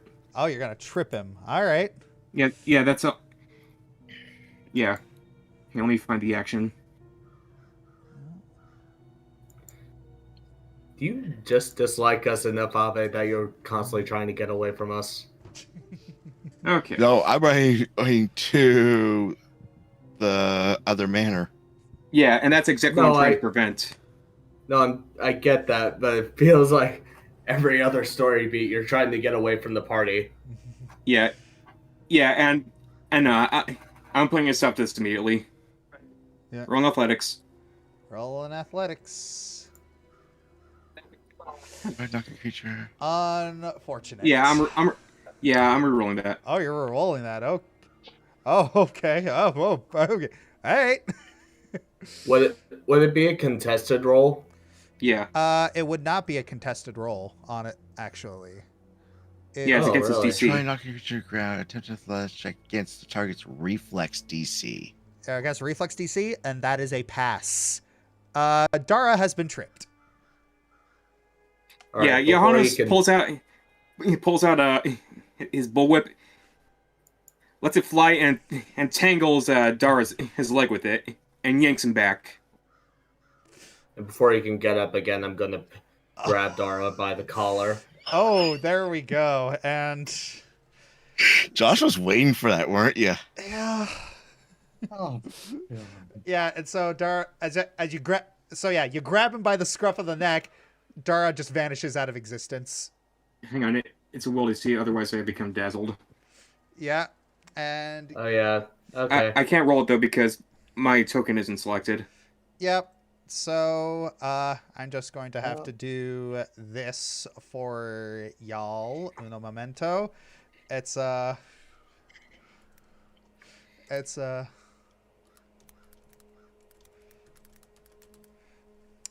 think I'm going to strangle you. And I'm Good joining thing I them. don't have a windpipe. Well, Dara doesn't. No, not Dara. no. I'm going to strangle you. Well, Dara, we're gonna string up and beat with sticks like a piñata. all right. And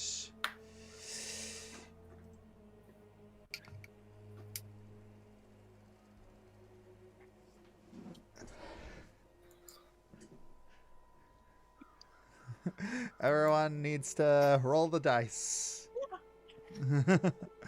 Up on the screen. Yeah. Hey, Jermo, could you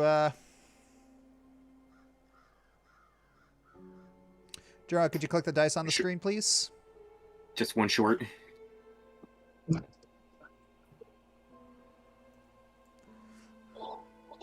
Jeremy? It's lagging. Give me a sec.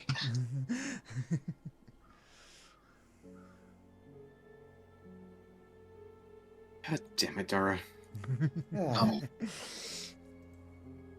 Oh, wait, why are you the way that you are? Do you really want me to answer that? No. I need you to try So something. the two people who are most angry with him got dazzled. And I'm Work. just caught up in it. I don't know. It's just like, can Matthew roll above a 10 for the love of all that is holy? I don't know what's going on today, man. I don't know what it is. Like, you have the absolute worst luck. So Yeah. did the roll work? Yeah, think it so. worked. Yeah, we're reviewing the results right now. Yeah, Yep. reading the results right now. It's Korth passed, Falsifa passed, Gray passed, and the rest of you failed. Oh, it's just one short. Yep. So yeah, everybody got so yeah. Those three are dazzled for 1 minute, and from his little solar flare. Yeah, just insert string of Russian swearing here. Yeah, no, Johannes, meanwhile, blinks his, it's just blinking the light out. It's just blinking the fuzz out of his eyes. All the while, only one thought is prevailing in his mind. I'm gonna kill that doll. I'm gonna kill that doll. I'm gonna kill that doll. I'm going to kill that doll. So, what are I'm going to join you. So, Gray, Falsifa, and Korth, what are you guys going to do in regards to the unruly doll?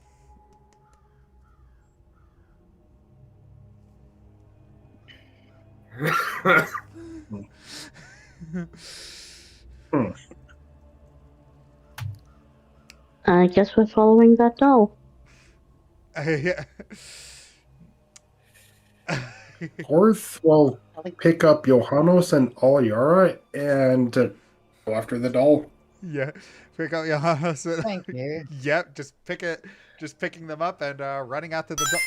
100 donation from God's Little Princess. Oh, If you get any Yeah, curses, 'cause place them solely they- on they Dara can't for really making the run party straight look like right a now. Really? oh, we got a spite donation.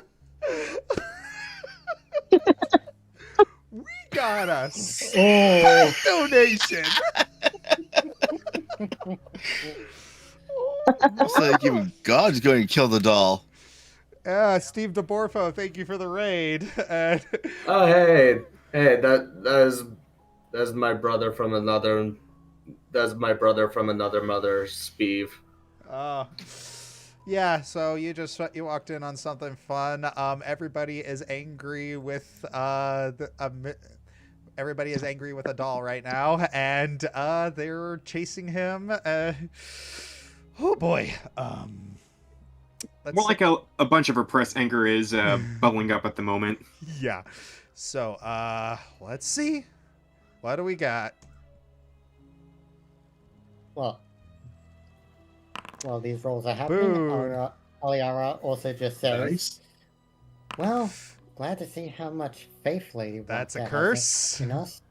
We only helped her get her position That's of a power. boon. Boon. We have been rolling more on the Boon side. Maybe that's the balance. I roll like crap, but all the boons and curses finally give us favor. All right. So,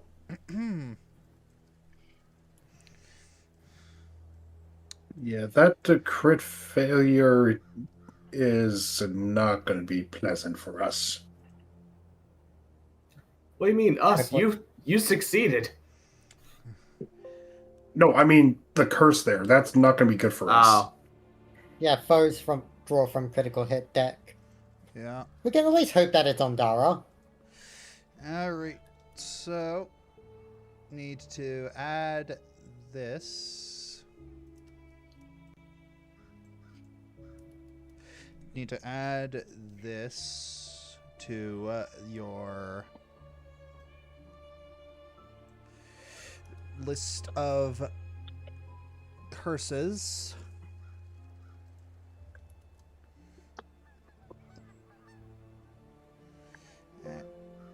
Ah, jeez.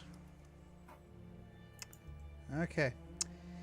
So, and as requested by God's Little Princess, those will be placed on Dara. Please. Thank you. All right. And so, running back to Baron Valakovich's house, you immediately head back up to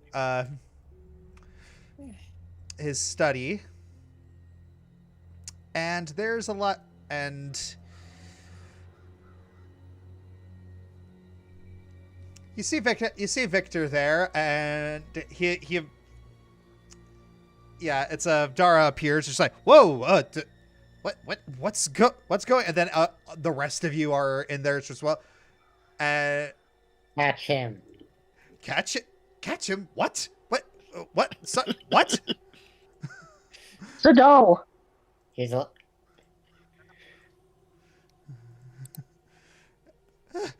It's let's see. Well, coordinate. Well, All right, angry. yeah. Dara angry. Oh, He's you're flipping angry? he's flipping through his spell book right now. It's just like I'm sorry, I don't have anything to catch him. Unless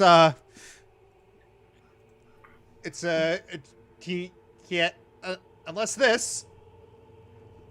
He casts a spell right now, and so I'm going to need Dara to make this save. Let's see if I can do that. Yeah, well, we'll see. Failing that, Falsified could always just wrap him up in vines or something. Yeah. All right. This is I'll see.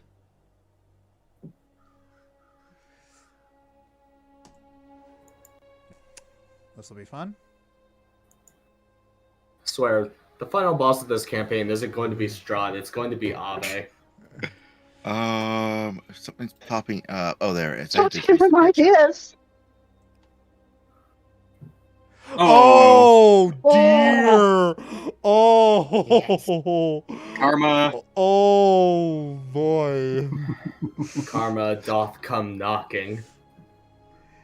Okay, so what you were just hit with was suggestion. It's just like, stop!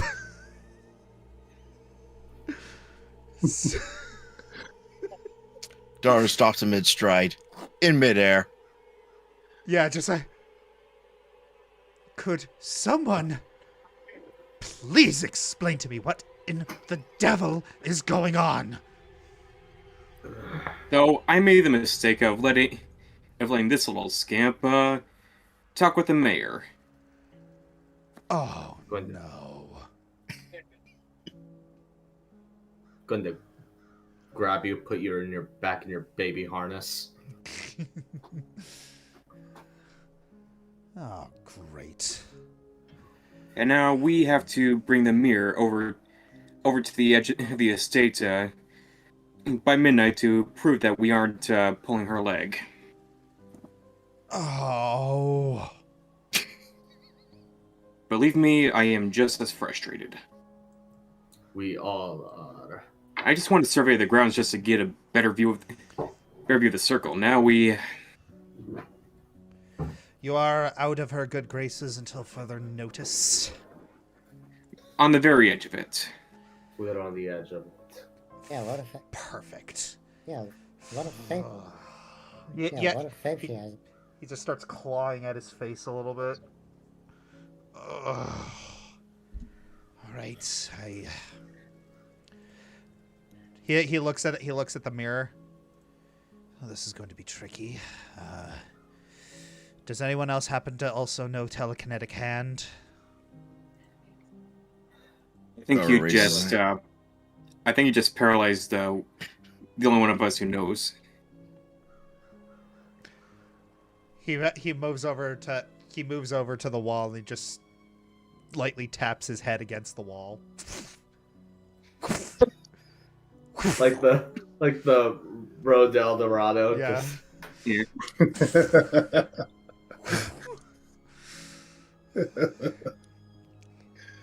My grasp on sanity remains absolute. He's just like, well, that backfired. He's stuck like that for an hour. Good. Well, we have until midnight, so...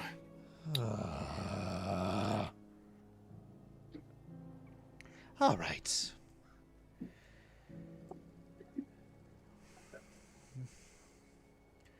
Let's just... We'll wait this out. And then you, points to the doll, you are going to help. You're going to do what I say. And you are not going to mess anything else up. I think it would help if I took the lead this time. Or he snaps his fingers and fire actually starts crackling around his hands. I know 2 fire spells.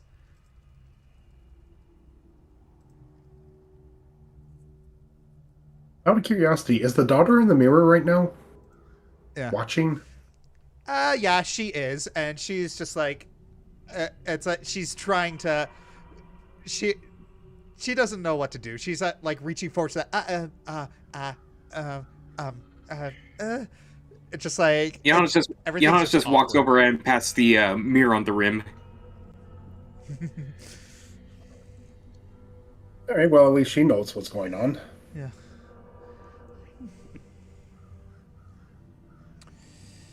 All right.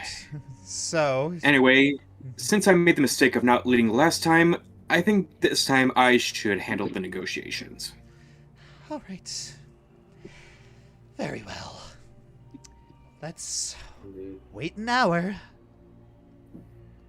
I have to wait an hour because, and You know, on that topic, why don't we take the opportunity to take a break real quick? yeah, well, let's take a break. Oh dear. I swear I'm gonna have an aneurysm. All right, let's we're taking an ad break. Yeah, I need a drink anyway. Oh, Whether it's a stiff one or not remains to be determined.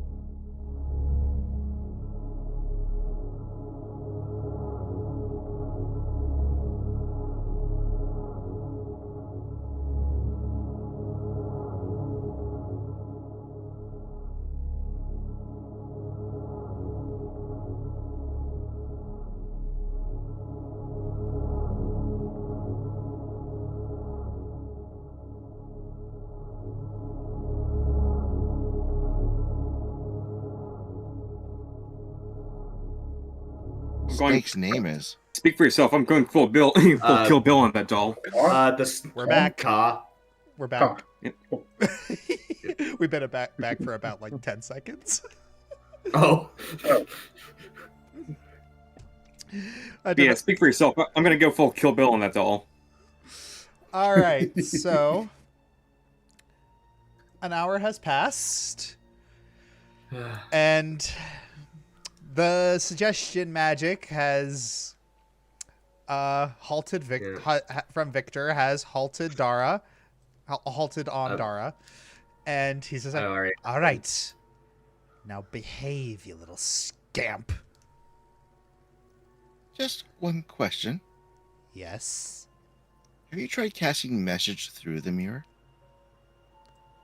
I don't have message. Hi. All right.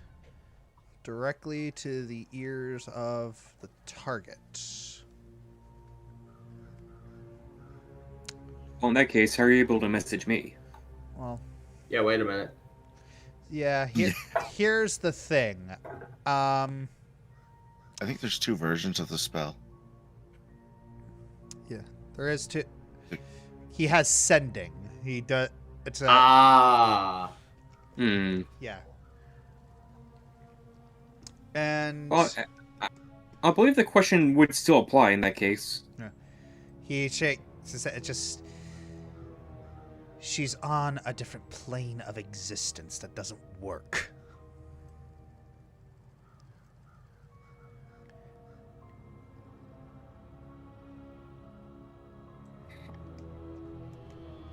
Now, are you going to help me? Yes. Yes. And more to the point, we need. He doesn't We're gonna need have some a choice. And more to the point, we need to figure out who's going to carry that mirror out. It'll be me and the doll. Only if we get to kill the hags in the end. We will. Took You the just. children. We already agreed to that. We already agreed to that. You just need to be You patient just ran off for before once. you could hear it. You just need to exhibit restraint for once in your life. Alright. This doll's gonna make me start drinking. Okay. Let's go. So, carefully extracting and moving through all the debris and, I wouldn't say refuse, in the attic. I'm not casting this, but I have it prepared just in case. Yeah. All right. Moving through, maneuvering. It's like you get a few odd looks from a lot of the maids in the house, and especially Victor's mother. You're leaving. Yes, mother. I am leaving because there's something I need to do.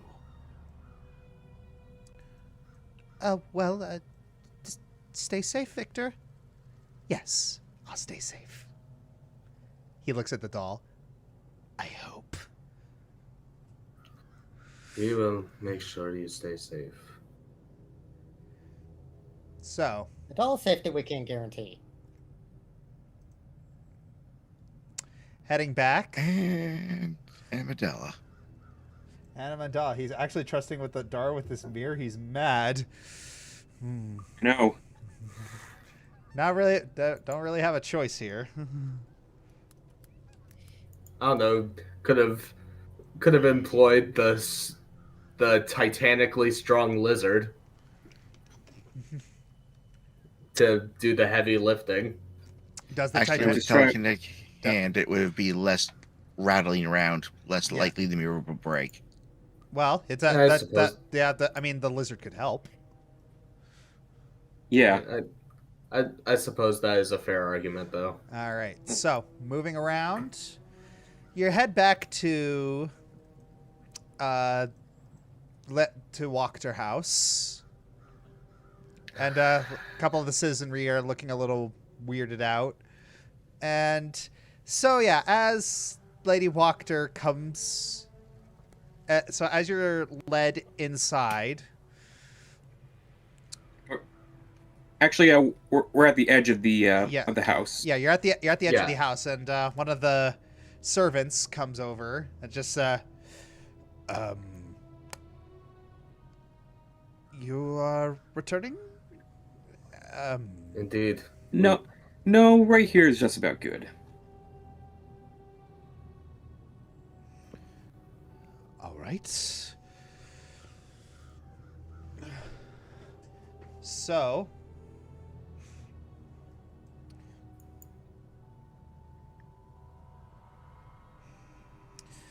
all right. So, bringing the mirror over, Lady Wachter walks over, and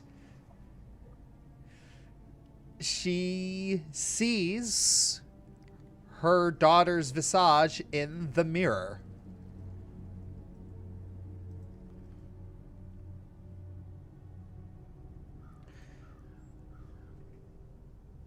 As she is... Now, is she happy seeing her daughter or mad at Victor? She's mad. Nope, you're not allowed to talk. She's mad at Victor, but she's also looking at her daughter's spirit and just... She is horrified. She is... Her eyes are filling with tears. She's reaching to the mirror. She's like, Stella? Stella? She runs to the mirror and she's just like clawing at it. And she's just like screaming Stella's name.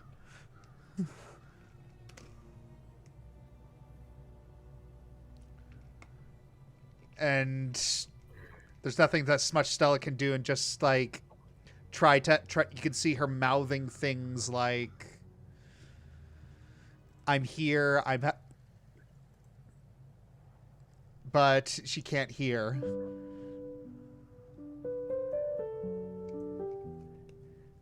Lady Wachter just collapses to the ground.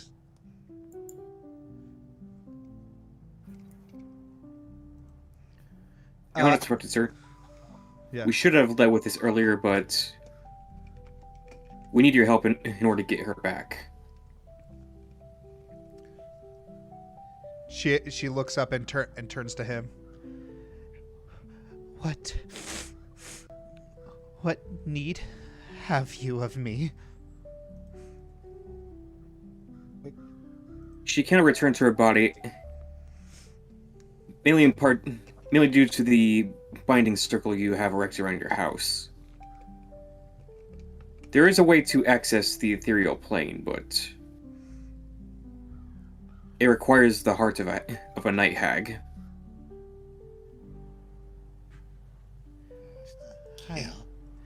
Child stealer? Gotta be silent. Yeah, Dara, please. Doll. All right. I am indeed capable of crafting such things, but I'm long out of practice. To create a circle large enough to entrap. Perhaps if we observe the grounds, like seeing it built in three-dimensional space might be a better help than just seeing it in a diagram. How large?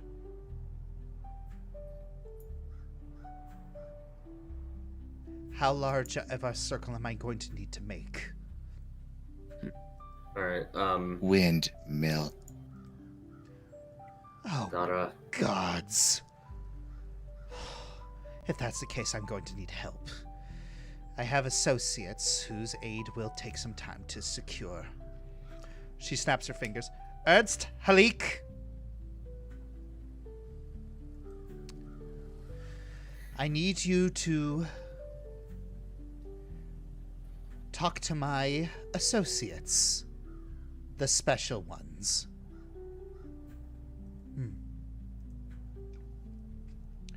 The two servants look at each other and they nod. We'll get them, Lady Wachter. They bow their heads real quick, and they just kind of nervously shuffle past you. All right. There are two ways for this circle to work. It can keep things out, or it can keep things in. To keep the hags from escaping the circle, you will need to secure the true names of any hags within the windmill, including those that are not your primary target. If even a single hag is free to escape, it could attack me and my associates and bring the entire circle crashing down.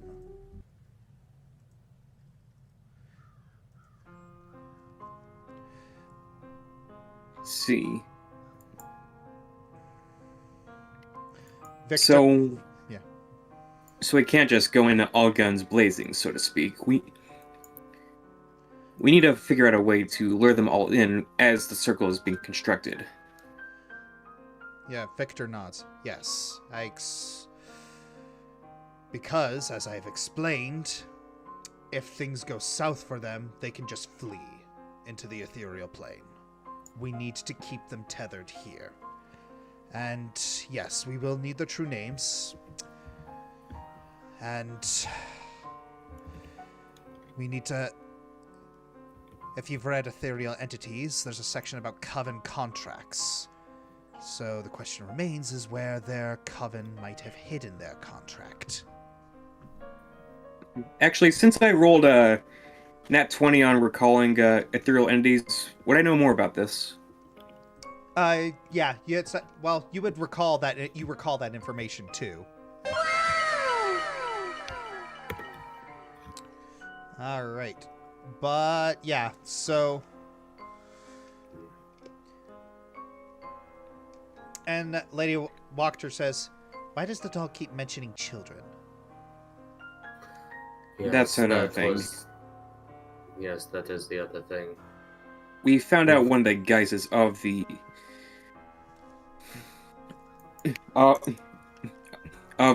resident hag in question. She poses as a peddler of pastries. Morgantha? I assume that's your assumed name.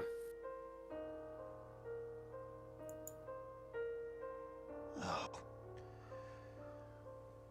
We happened to take a look at one of the pies we bought, and they have the remains of... I don't know if I should even say it. My own stomach was barely strong enough. My own stomach was barely strong enough when I discovered it. Oh, gods. If there are children in the windmill, then we will need to rescue them before making any assault. But again, the direct approach will have him escaping to the ethereal plane, and presumably he's setting up shop somewhere else. Indeed. So here's the plan. I will gather my associates. We will prepare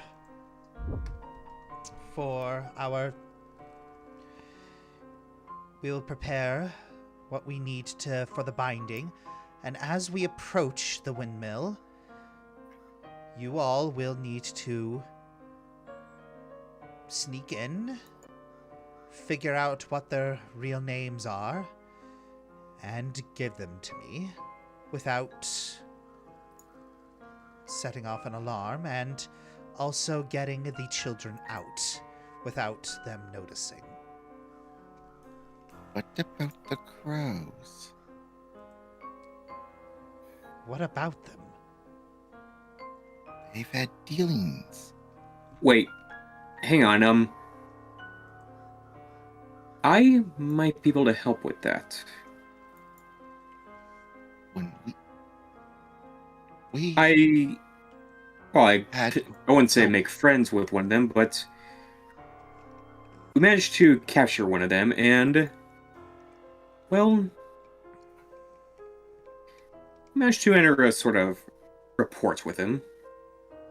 we helped them from the windmill. Hmm. And they helped us later. Well, that's what crows do.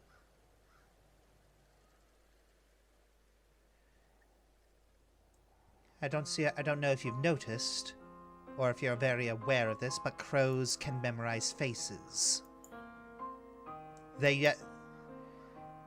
There's a strange loyalty to them, and they know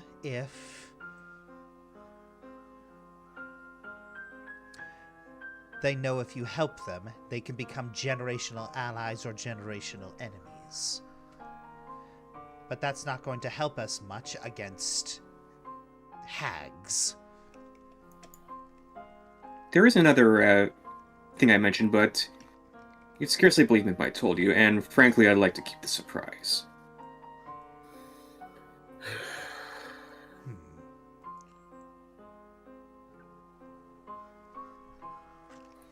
Tell you what. In the morning, we'll gather in a clear space, and I'll try to summon the ravens forth. All right. If you think that will help. But... Alright. We have certainly had stranger allies. Yes. It will take a good amount of time for us to prepare. So I ask that you meet us all there tomorrow morning. We'll be making our own preparations at that time. Yes. All right. Well then, I will. She looks back up at the mirror and sees Stella. She puts her hand on the mirror, and Stella puts her hand there as well. We're going to save you.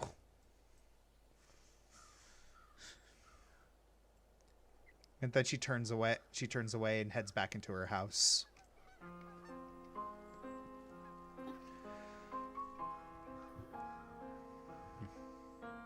Yeah, Victor just kind of shrinks away a little bit.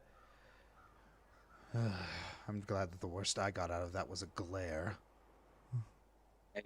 I wish this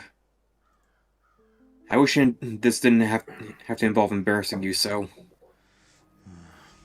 It's less than I deserve. She's in this mess because of me to begin with.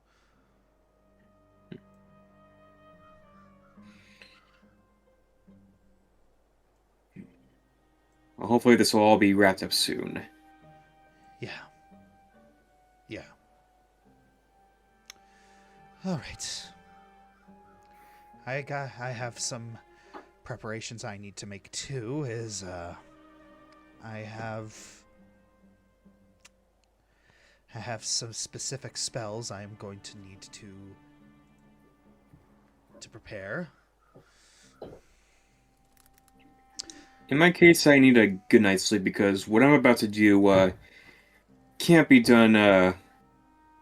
It can't be done with can't be done under sleep deprivation. Yes. Or an uneasy stomach, for that matter. Yes. So, if I recall things from the...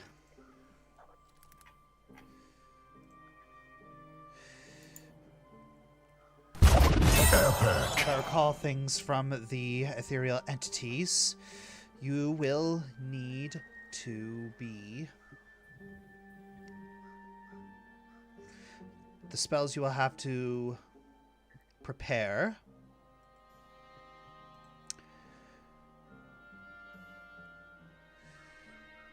Nothing mental.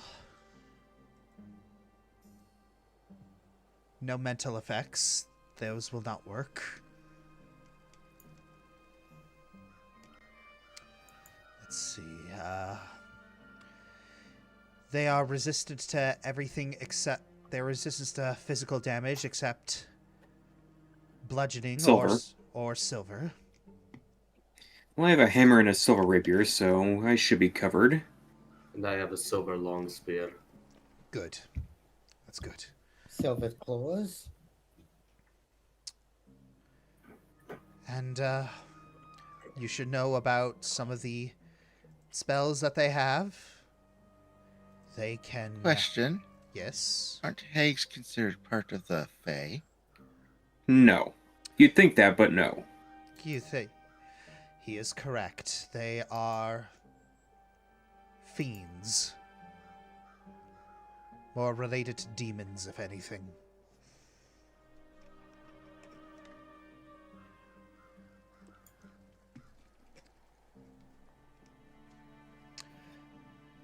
But there are spells that you are going to need to know that they have. Their magic can control the weather. And they can polymorph you.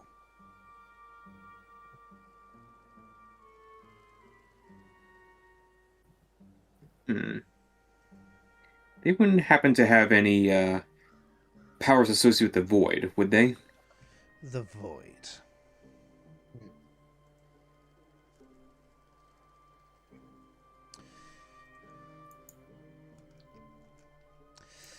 Not quite. It's a shame. That's the only real edge I have on them.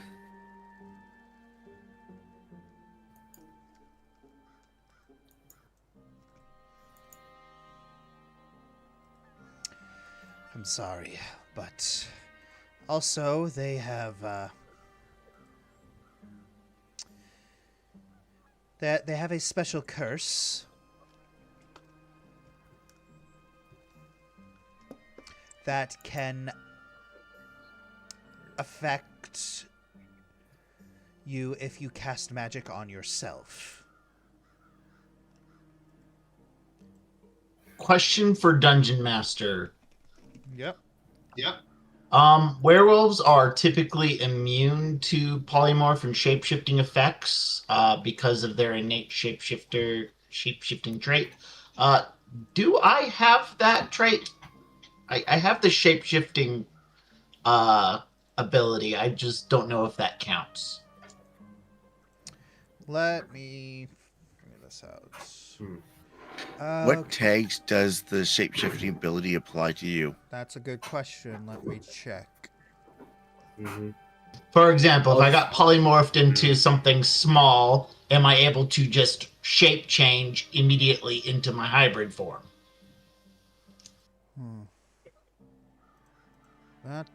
That's a good question.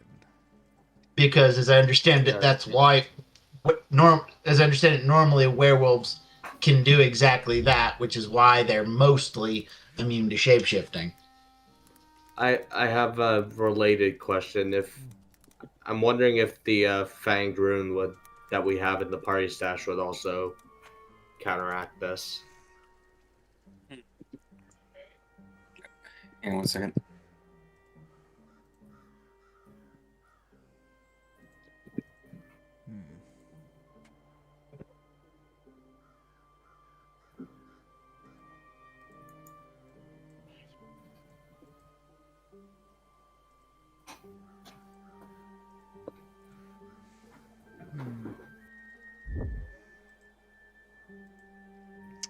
That is a very good question. I'm having to actually look this up.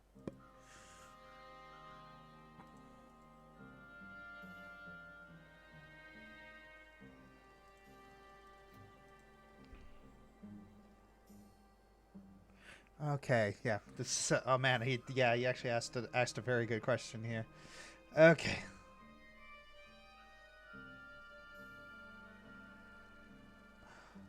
I think we apply the polymorph tag. Okay, yeah, under the polymorph tag, will you be affected by polymorph? Yes, but you will be able to break out of it easier. So I'll polymorph, but because of my shape change ability, I'll be able to shift to my other form next turn. Sort of. That is, it's essentially your change shape essentially becomes a counter spell action, and that would require a check. Would a similar thing happen if someone were to use the Fanged Rune? Yes, because that's a polymorph trait. Right. Figured I'd ask. So you have two people. If you use that, so you have two people amongst you who could potentially, if they fall victim to a polymorph, they can break it. They have a greater chance to break out of it. Gray and Pulsifa.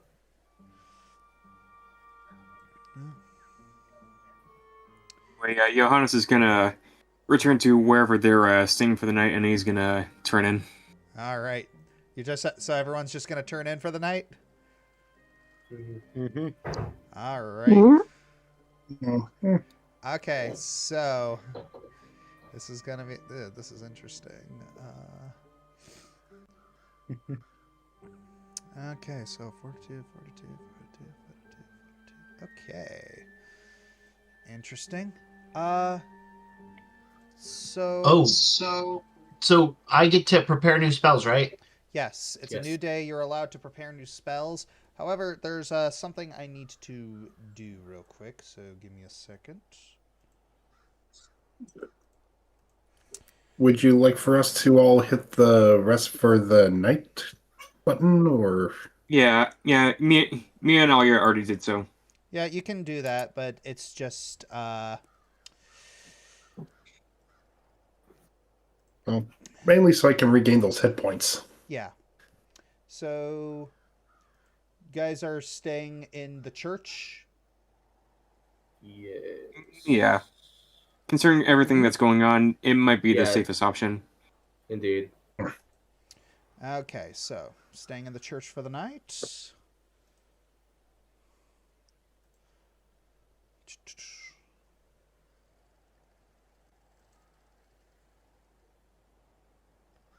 All right. So in the middle of the night,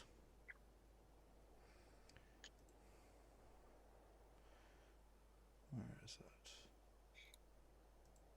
Something happens. Uh-oh.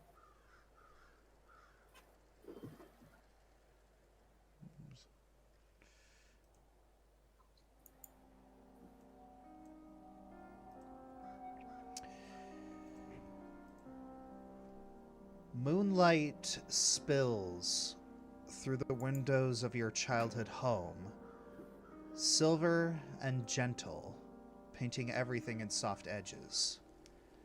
The air smells like incense and warm bread. You remember this night. You remember feeling safe. Your mother's voice murmurs a prayer somewhere nearby. Not loud, not desperate, just faithful, like it's the most natural thing in the world to believe someone is listening. Your father plays with hero cards, looking at his future. As he puts down the 9th card, his expression darkens, and then the light changes. The moon outside the window dims as though something vast has passed in front of it. Shadows stretch where they shouldn't, bending at wrong angles, pooling at corners that were never dark before.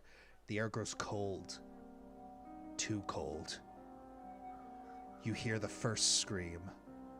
Your feet won't move, you try to run, but the dream pulls you forward anyway, dragging you down the hallway.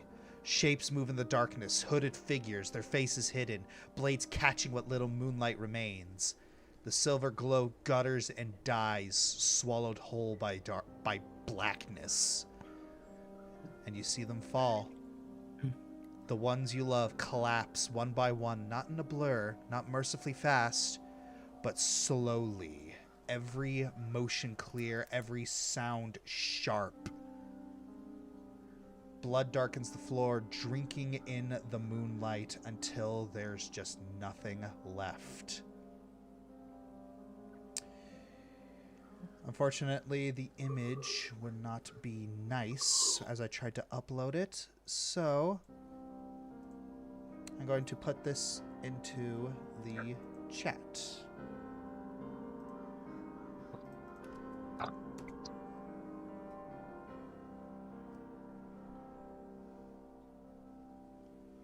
And let's see if I can get this to work.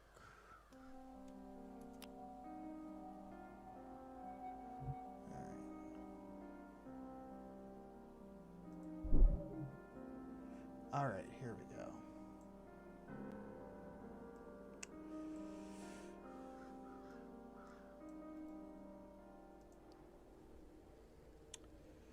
I have tried to get this thing to work, but it is not.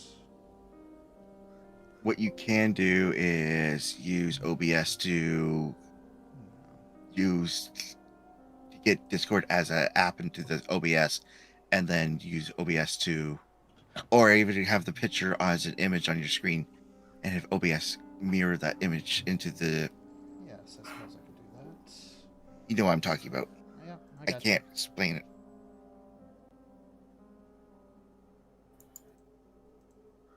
You literally need to make the image its own scene. Mm-hmm. 1 second.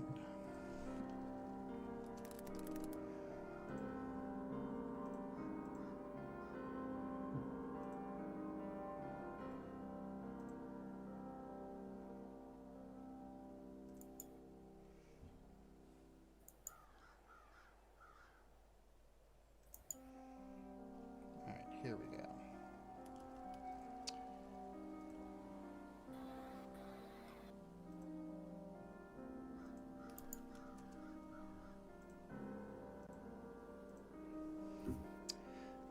I think it's working now. All right. Oh, now it decides to work. Thanks.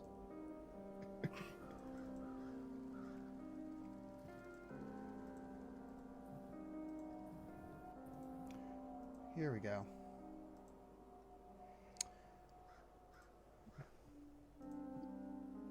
Oh. So, yeah.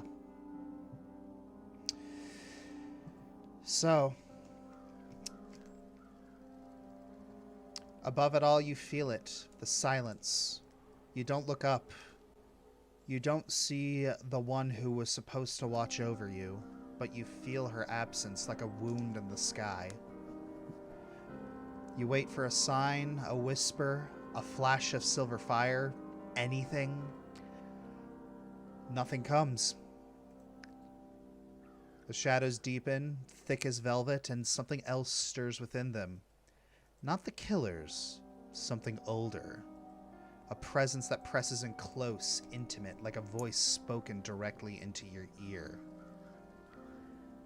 See? The moon does not answer. She never does. The darkness wraps around you, not violent, not cruel, just certain. It doesn't rage, it doesn't plead, it simply is. It's a truth offered without comfort. You were alone long before tonight. Then the scene shifts.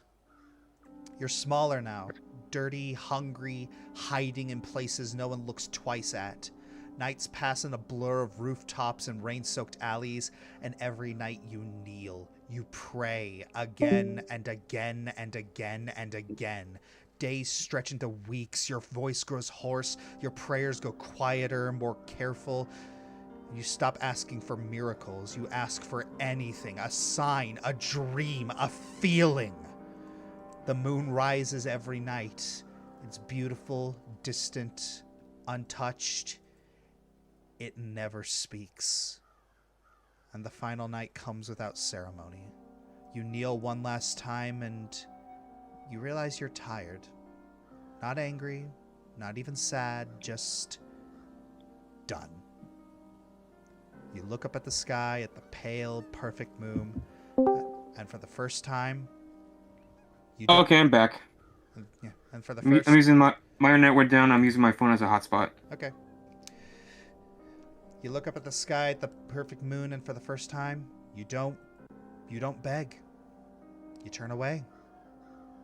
The shadows part, not to claim you, not to command you, but just to make room. They don't promise safety, they don't promise justice, they just promise this. If no one will save you, you'll survive anyway.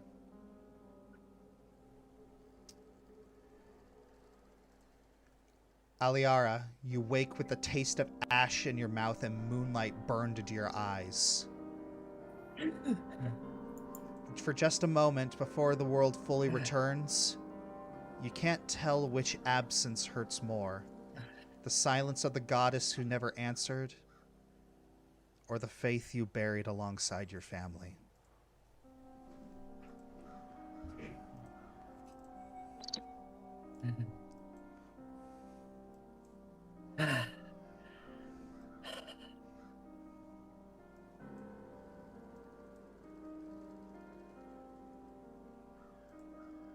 Damn it, out of character. I don't know what to do now.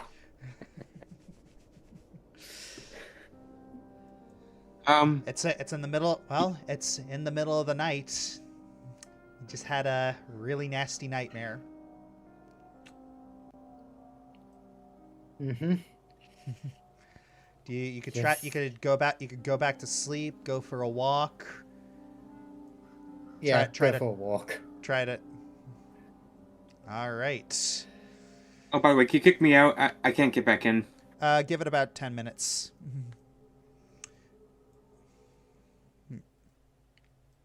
It'll let you back in about 10 minutes. Okay. So. Well, I'm at the join screen and it's not letting me in. Yeah, I know. Just give it about 10 minutes. All right. So, Aliara, you're walking through the... Oh yeah, we never actually showed Aliara's artwork. Yeah.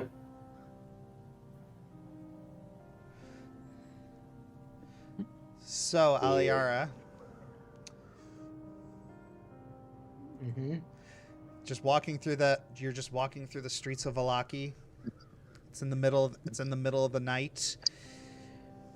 You're not trying to make yourself inconspicuous. So a couple of the guards walk by you, just a little confused, some of them are a little unnerved, just looking at the 1,000-yard stare plastered on your face. A couple of them grip their spears a little tighter as you walk by, but you don't really pay them any heed.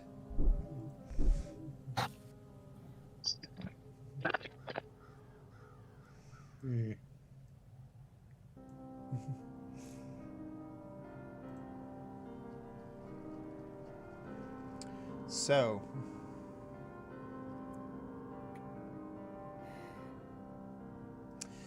any other plans?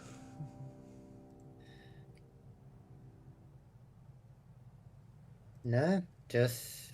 Yes, I have a slightly complicated DM question that might be just as complicated as the werewolf question.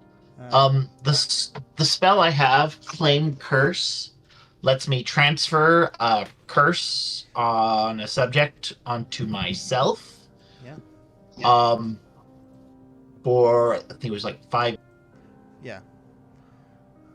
5 minutes. Yes. So let's say, hypothetically speaking, I'm just curious how this would rule. Let's say one of my party member is polymorphed into something small and helpless, and I transfer the curse onto myself, and then break the curse on myself. Would it then transfer back onto them when the time ends, or would the curse be broken? You're under the impression that polymorph is a curse. Well, it depends on well, If it's not a curse, I have dispel magic also. So yeah. So, yeah, it does have to have the yeah, it does have to have the curse trait. So you so would, I just do magic. yeah, it would have to have the curse trait, yes, but you could do that. Okay, just curious. Yes. All right, good to know. So curses. So I'm all set with curses and dispels. All right. So. Anyway, All right. So, anyway, Johannes is gonna wake up around well, what counts as 5 o'clock in the morning to get up and do what he's about to do. all right. So does Aliara just? Does Aliara ever go back to bed?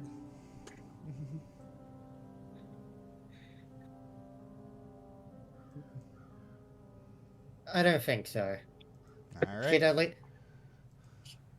She'd still at least be nearby the church. In that case. So she's just like walking around aimlessly. So yeah, as everybody gets up, you notice that Aliara is missing.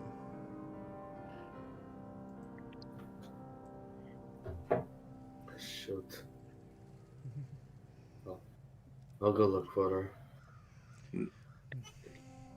All right. So Matthew, you start heading out, and Aliara's not trying to hide. Yet you see her just kind of shambling in the streets, just with a dead expression on her face. Aliara, are you all right?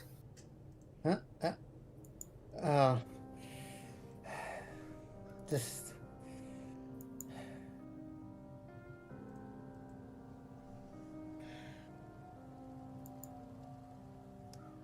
When do we get back to the church, though?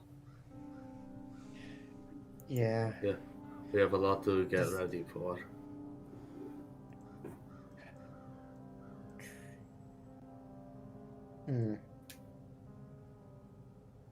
If you want, once we have a bit of free time, if you're up to it, I'm always here to lend an ear.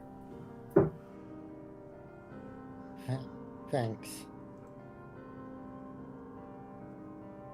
Anyway, Josh, can you please kick me so I can get back in because it's still not letting me. All right. All right. Here we go. Okay. There we go. So Johannes is gonna, after getting his things together, taking a quick stretch, heads out to a clearing outside the town, and taking a big enough stick, starts tracing a 3-pointed star in the dirt. Do we all have a shared dream? No. No. All right. So, as you're all walking, Matthew, as you're leading Aliara back, you see Johannes doing that, and I imagine things are going in your head. It's just like, come on! It's like we haven't even started, and people are already falling apart. I have to keep this group together with spit and gristle, I swear to the gods. Johannes! Johannes just gives a quick shushing motion in the air.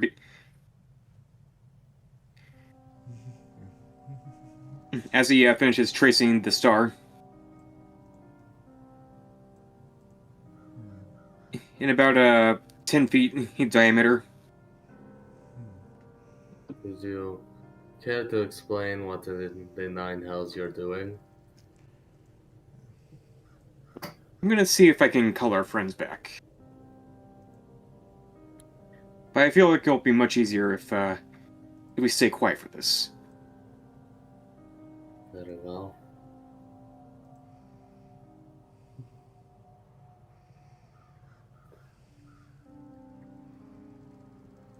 All right. So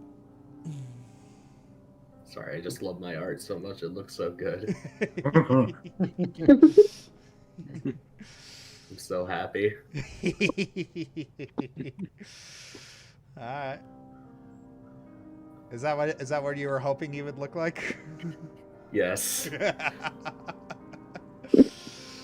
All right, that's good. Anywho,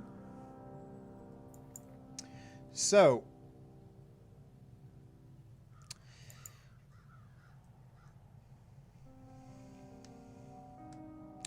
you're attempting to call the crows. Is that correct? Yep. All right. All right. Could you roll a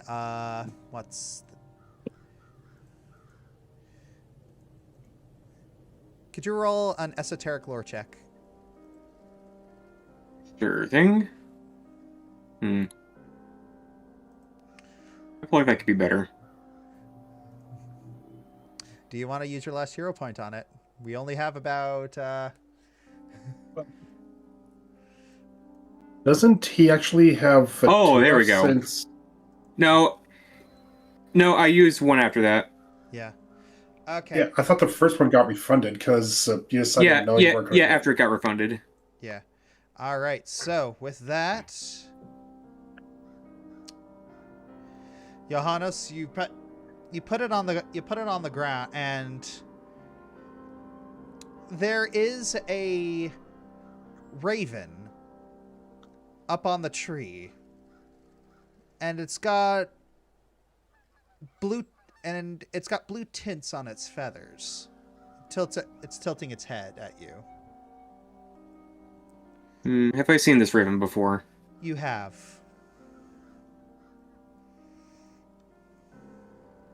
Oh, that's I walk up to the raven and say, well, that didn't take too long now, did it? It stares at you expectantly. Also, Josh, Yep. I'm just gonna put this in the chat. Yeah.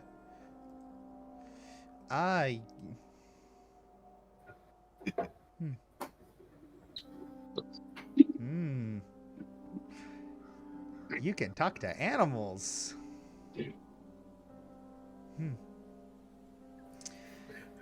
So to quote Wesley, why was that not listed among our list of assets?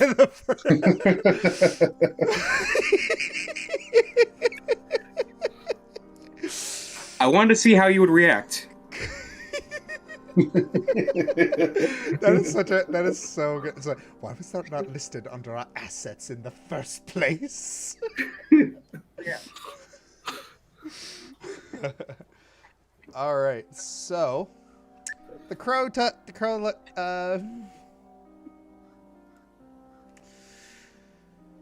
so the crow looks at you and just says, "Oh, you can understand me." There's a slight cockiness to the tone.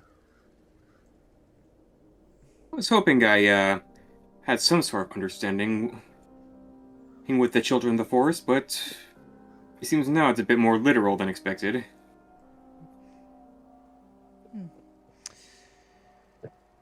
Interesting for someone so smart. You seem to make a lot of assumptions. Well, it just so happens half of them turn out to be true. Well, it's kept you alive so far. So, why'd you draw that? You know the windmill that you and your friends tend to congregate around?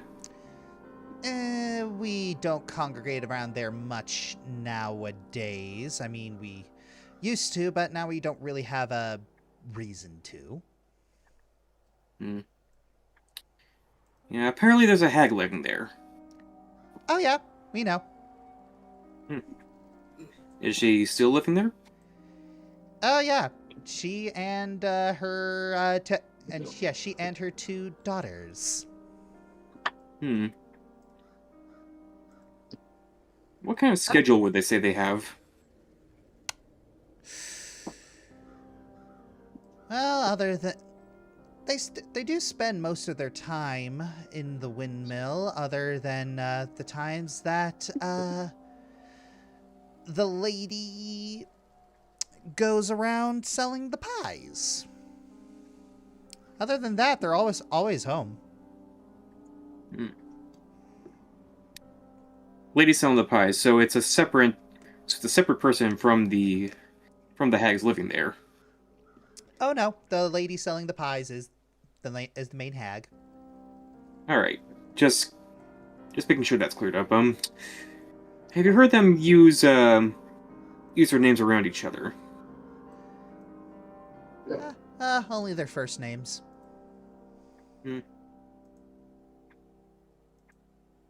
And what do they call each other?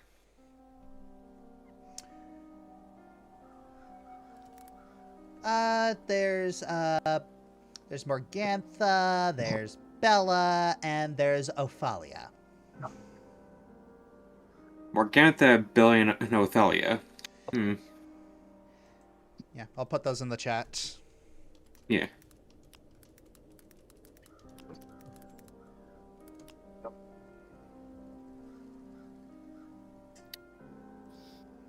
Okay.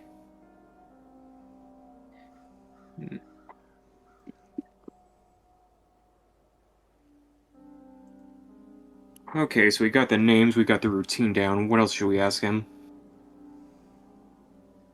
You're the only one that can talk to animals, and you're the only one there.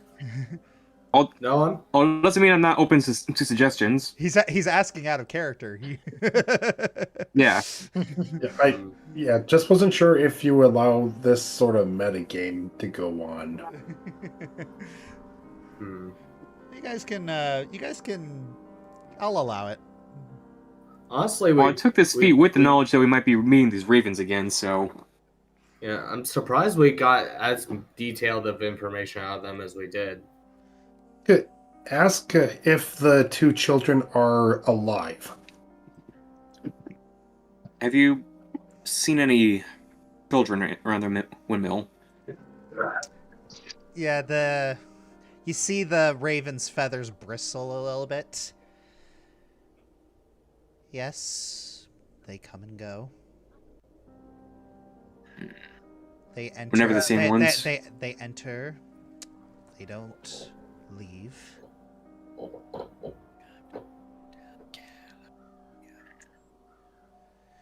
How recently was the last batch of children you seen enter? Honestly, I don't know. I try to stay away from there, but our network, if I had to hazard a guess, maybe a few days. And we still have time. Do they have any particular quirks? And I promise this is the last question. I won't take up any more of your time.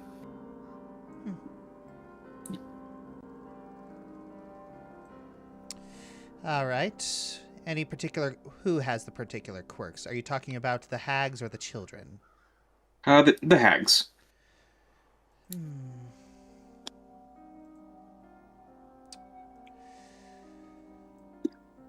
Well, despite them living on under the same roof, they tend to not congregate all that often.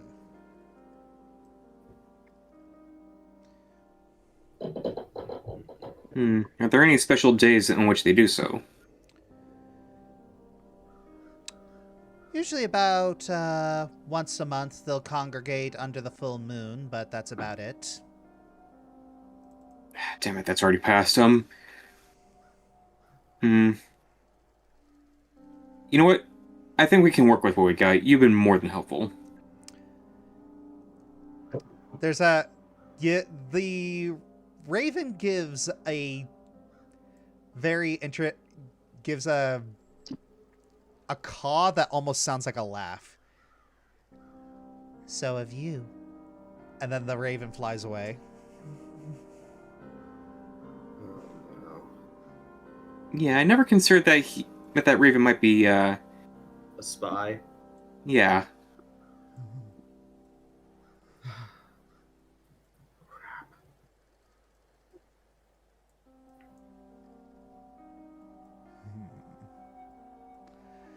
Well, Well, this is awkward. All right, so moving forward, everybody has pretty much woken up at this point. Is there anything special you guys want to do in the morning, or are you going to head over to Lady Wachter? Let's see. I can't Look think this of up anything every single time. else I need to do. Other than secure Dara and his baby carrier. We got their names at least, assuming that's their actual names. Yeah. You got their first names. Yeah. And but also, if we find out one of their last names, it's pretty likely we'll figure out the other two by proxy. All right. Because it's not exactly known for hags to, get married and change their names. All right. So we're just gonna head over to Lady Wachter. If I can borrow some gold from the stash. No, I'm not going to do that right now. Okay. If that's the case. I was going to learn a spell, but no, not right now. Not right now. All right. Yeah. Now, let us head over to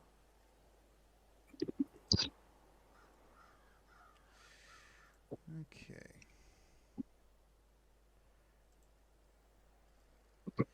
All right. So,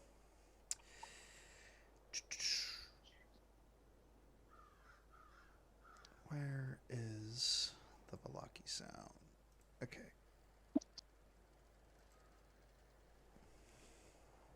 So, as you you are met promptly at the morning gate of Vallaki at the chosen time in the morning. You see that Lady Wachter has exchanged her extravagant dress for a practical pair of pants, flat-soled leather boots, and a chain shirt tucked under a forest-green tunic, with a round-headed mace hanging from her belt and a black hooded riding cloak covering the ensemble. And there's a crow on her shoulder. Is it the same crow? No. This crow does not have blue tips on its wings.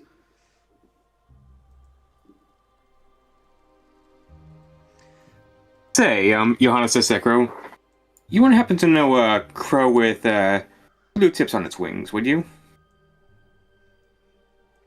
The crow tilts its head.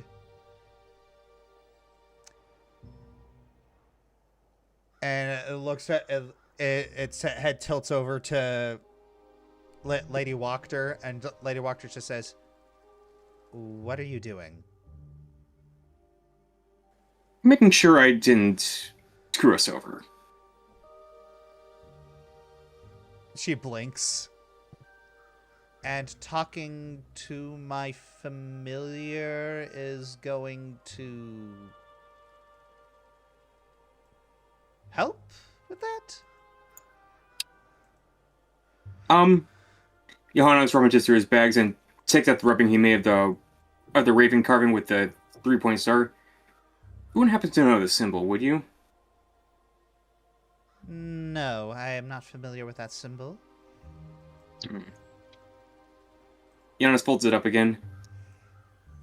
It has significance amongst the ravens. For whatever reason, I'm not sure, but it certainly seems to grab their attention. I see. Well then. All right.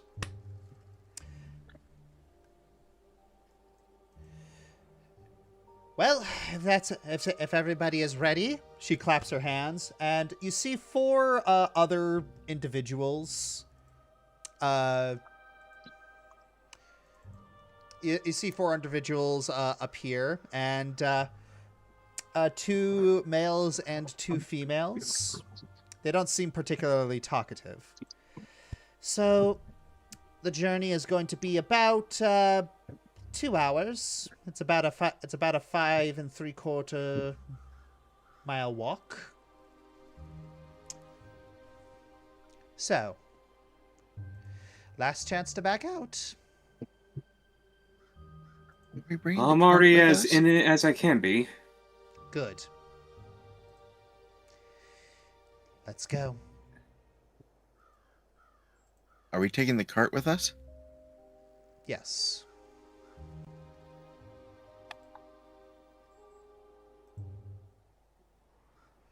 All right.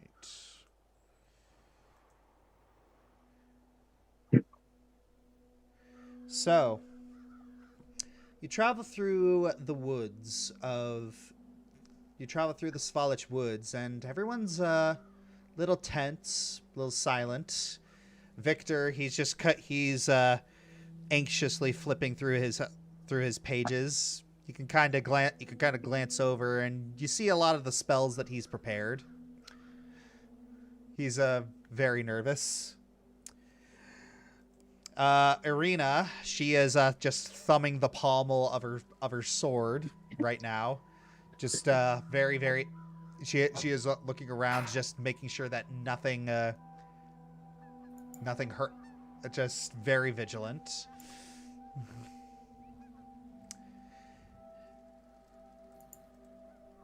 Is anyone doing anything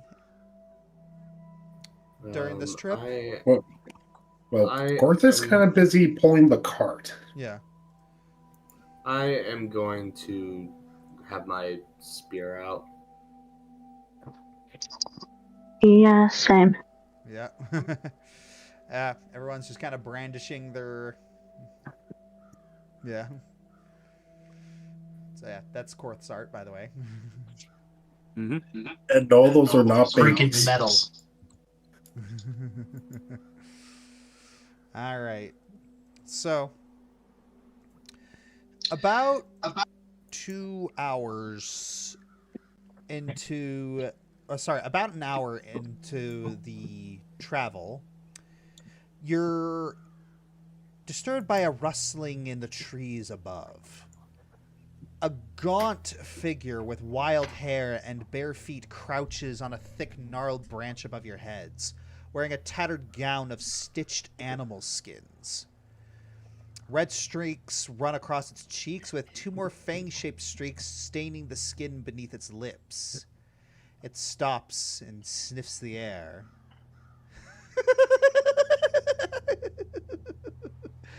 Little songbirds wandering in the dark woods. It leers down at you. I cast Detect Magic on him.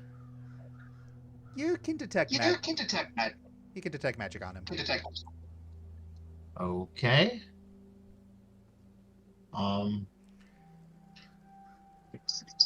He calls us a songbird. He's the one up in the tree. Mm-hmm.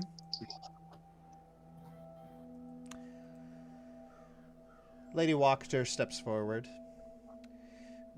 We are no songbirds, child of Yesterhill. You know me and my sign. Do the forest folk demand tolls to travel the Svalich wood? The druid's eyes linger on Lady Wachter, and you see the eyes move towards the crow on her shoulder. No tolls, dear ones, mere curiosity. You keep strange company, daughter of Mother Night.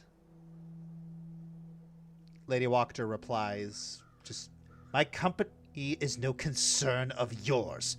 Trouble us no more, and tell your master that the House of Wachter remembers its debts. Debts indeed!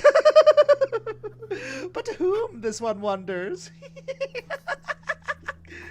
With a mud-stained grin, they vanish into the trees and disappear from sight. This wouldn't happen to be one of the debts are calling in. No. That was a druid of the forest folk. They're a loose society of hermits that dwell amidst the Svalich woods and generally shun the civilized. There's a hill to the east, there's a west, called Yester Hill. They treat it as a sacred place, and they worship Strahd as a deity.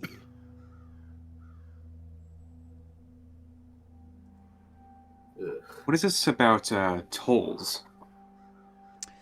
Nothing. They like to harass.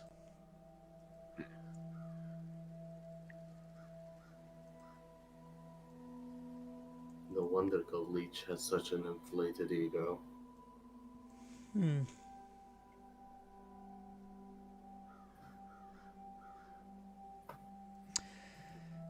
In regards to my... Ooh. Yes. But that is all you need to know.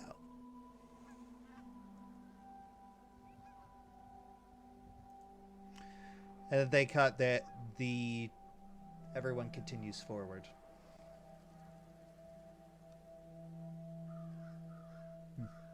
Matthew makes it a point to look back every few feet or so just to make sure we aren't being followed. Giannis just closes his eyes and opens his ears to the woods, seeing, trying to listen for any chatter amongst the animals. Mm-hmm. Yeah. So, Aliara does the same, but damn it, words are not connecting. Yeah. All right. So,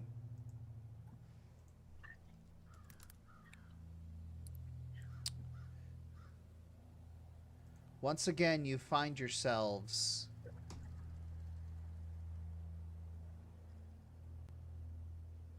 at the windmill of Old Bone Grinder. I'm going to listen for any chatter amongst the ravens if they're flying overhead. And now we know how he got his name. You're looking around, and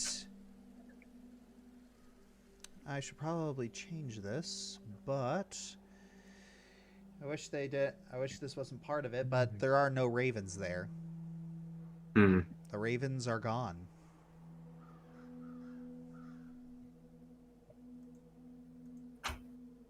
Ooh. Even the blue-tipped one? Even the blue-tipped one. They're all gone. Pay no attention to the CGI ravens in the background. Yes. You did not detect any ravens within the immediate vicinity. Yeah. So what's our approach? I've heard that they don't leave the windmill, but we don't know if they're expecting us. Well, We could go in through the roof. All right. So first we need to ascertain how many hags are in the windmill. Eliara, shall we?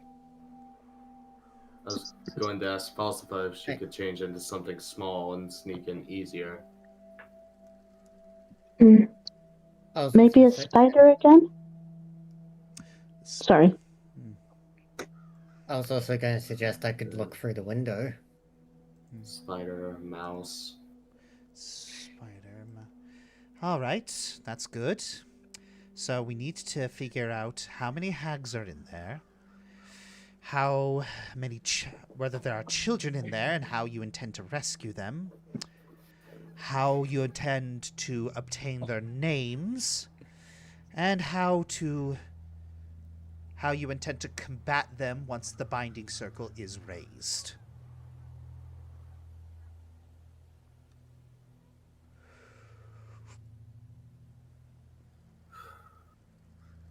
Right.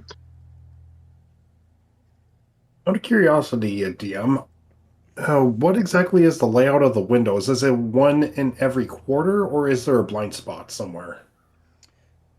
There's one in every corner. There's also there's a staircase, and there's a giant hole in the side of the windmill. Oh.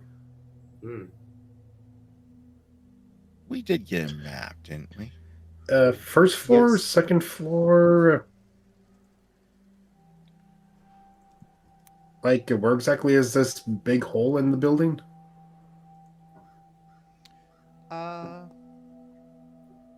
Let me check real quick. All right. Is it So covered this- with the vines? This is probably yeah, okay, this one's probably better for the view. Okay. Am I small enough to hide in the grass at all? You're small, but you're not that small. Bugger. How tall is the grass? It's about a foot. Enough that you can see spiders and snakes slithering around inside them. Eek. Yeah. Eek. Assuming I'm Alright, like well- 3.5 feet tall, even if I crouch, I'm probably can only manage reducing myself to about 2 feet. Yeah. Yeah. Yeah, there's really, unless Falsifa like shapeshifts into like a spider or even a hummingbird if possible. Actually, Don't think can I you can do do that? hummingbirds. I can't take the Well, form of things that fly. Okay, Darn. so pretty much either like a spider is probably our best option, because then they would know that spiders are here in this location. They wouldn't question it as much. Especially if a spider were to climb up the outside of the wall and take a peek inside the windows. yeah. Hmm. So maybe Yeah, maybe exactly. Falsifa has the best chance of doing this. Yeah, Honestly, yes. that's what I'm thinking. All right. Right there. The itsy Oh. the itsy bitsy spider. Okay. Does Remind espionage us, how long- again? Okay. Yeah, how long does that last for again? Uh Okay, an hour. Yep, an hour. So, Falsifa. You start creeping. So you see Falsifa like glow very briefly, and then just shrink into a tiny little wolf spider, and then just starts then just skitters off down the road. And yeah, just a lot of you are just kind of just waiting for anything and anything to happen. All right.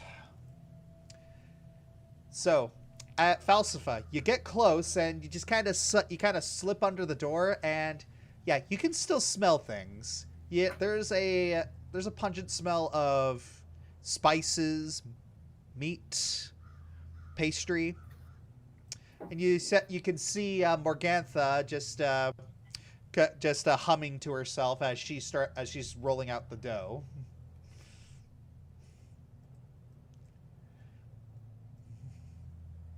I resist the urge to bite her ankles.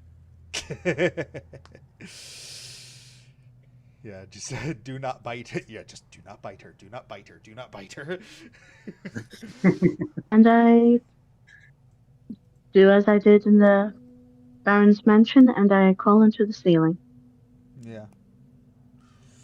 All right. So.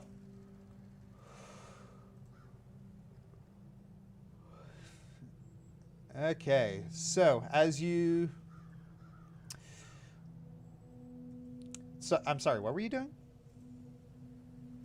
Oh, I'm on the ceiling. Yep, you're just climbing on the ceiling, and yeah, you're able to it's not unusual. It's you're able to skitter by really really easily. So you continue to fiddle around, and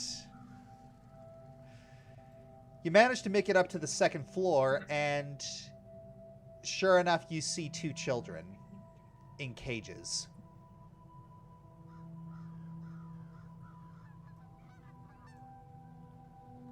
But very much alive. What?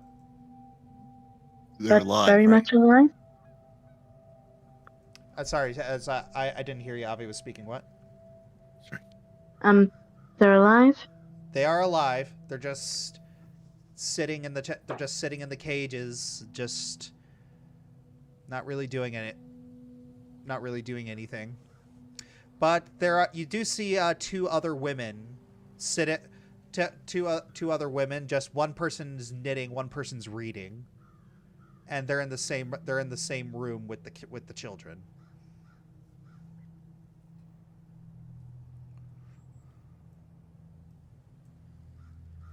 I make a note of this.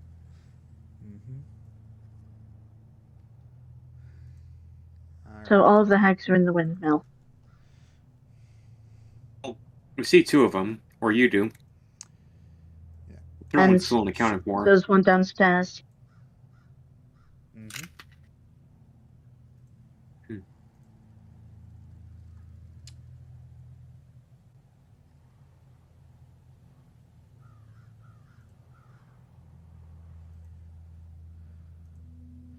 Yep. Okay. Okay. So, what are you going to do now? Is there anywhere else to explore? There's a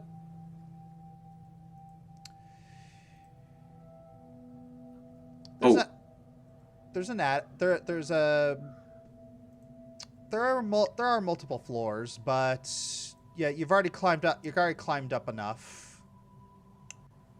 Is there a basement? May I make a suggestion? Yep. Do they have any laundry hanging out? Good question. Let me check. I am laughing right now. And is there a basement in this place or no?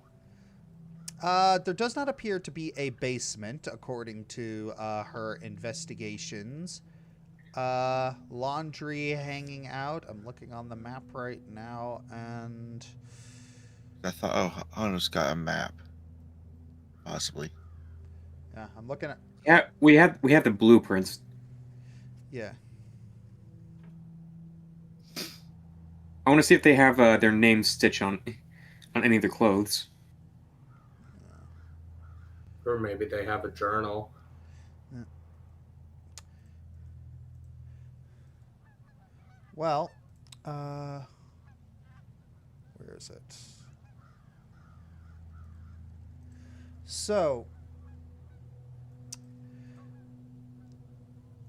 okay. I'm going to need this from you, Falsafa.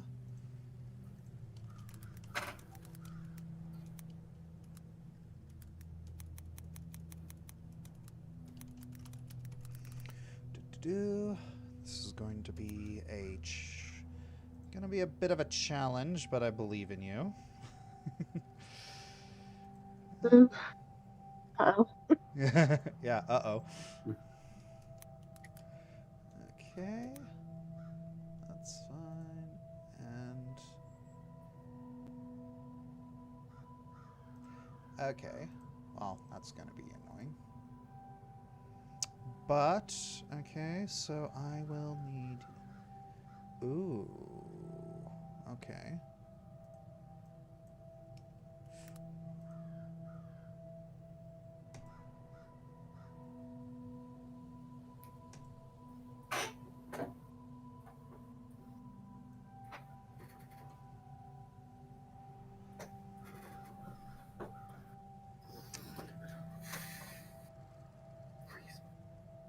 Oh, nice. Oh, good roll. Good roll.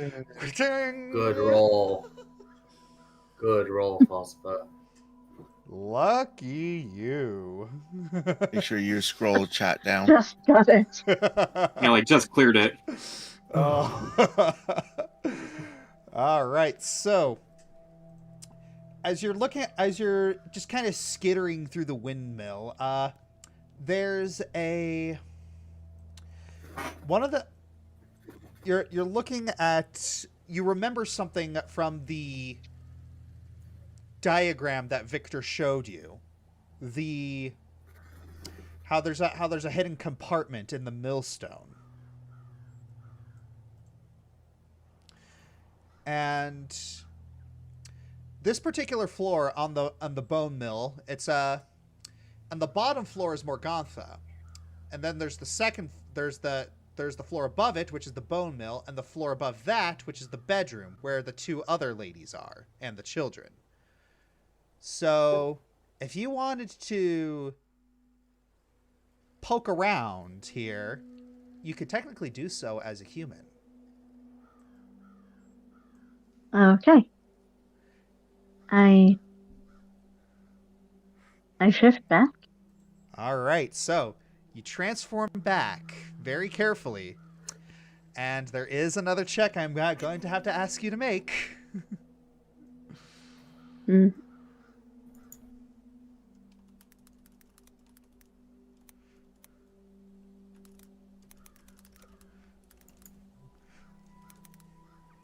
Let's see if you can pass this. I swear I'm gonna do an IRL fortitude save for the heart attack I'm gonna have.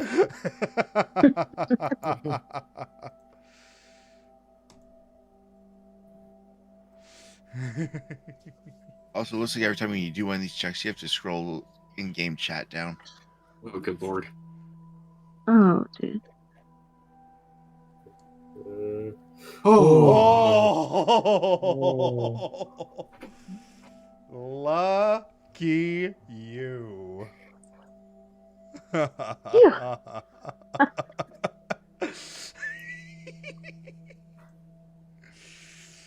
Silent as the grave. So yes, silent, and I'm sorry, there's another check you're gonna have to make.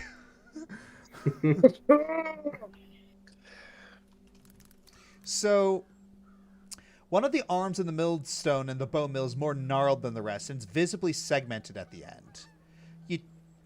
So you twist the end of it, and there's this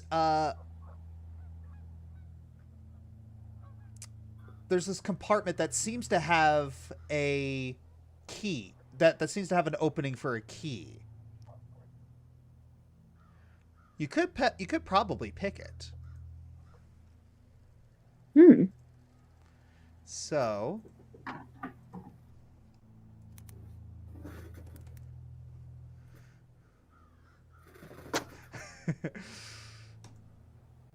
Sorry, my dad's listening to King Diamond downstairs, and the song is on his Eye of the Witch. Very apt. Yeah, very apt. Oh, dude. 0 point. Only Aliara was here.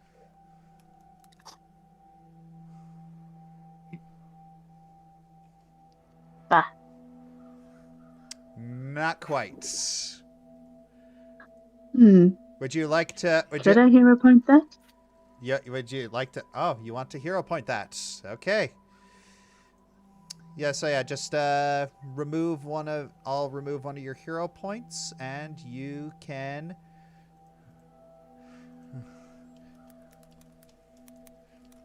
try again. This is fun. I'm sorry. It's okay. I'm trying. This is fun. It's fine. It's fine. And so we'll add a +10 to this, whatever it happens to be. Mm-hmm.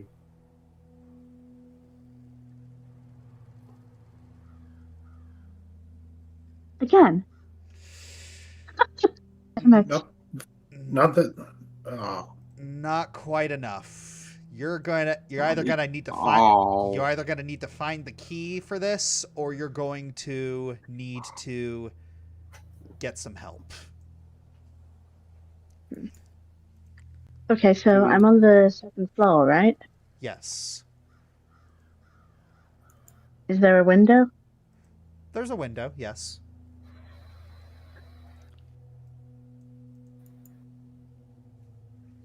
And sorry, how far away is everyone else?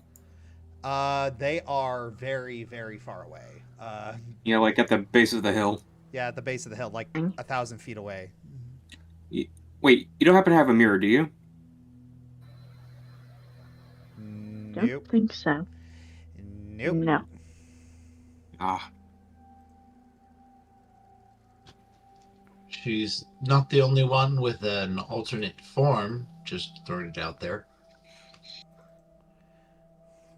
I suppose, but I'm willing to guess that a wolf, let alone a werewolf, is going to be a bit more conspicuous and easily noticed than a wolf spider. Possibly, but this is Barovia. Perhaps a wolf is just something you see out here. I mean, you did see the heads at the gate of... Yeah. That is true. Would it be easier for Johannes to sneak up if he puts his lantern out?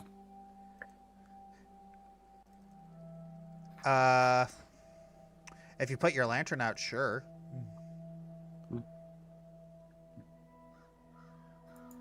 You might be able to sneak. You might be able to sneak up.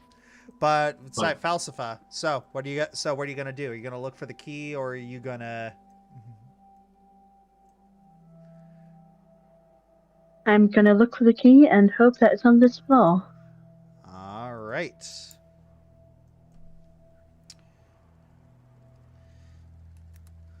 Okay, so this is gonna be. Let's hope she passes. Please.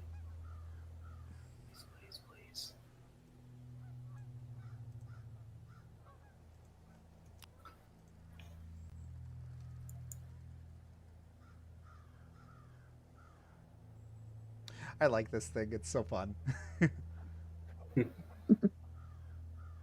Oh, there it is.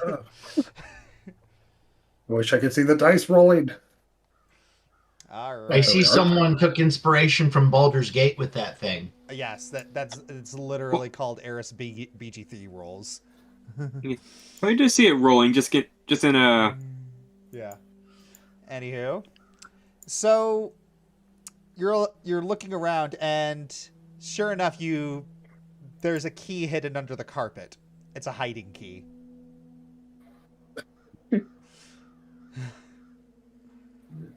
And so you quickly retrieve it, stick the key into the box, and yep, there's a. Oh boy, there's a. Ooh, so yeah, there's a small problem here. Good news is you found the contracts. Bad news is it's written in a language that you don't understand. Horse feathers. Can I pocket it? Yes, you can. I pocket the contract. So yes, you pocket the contract, and now I'm guessing you're gonna sneak out. Yeah. Yeah. All right, gonna use your next spell. You're gonna go back into wild shape. That's your second focus spell. You skitter back, and yeah, about an hour later, you see a little wolf spider just skittering forward, and then Falsifa just pops back up. No. If anything, Would it be? All of the hags are inside, and I have the contract.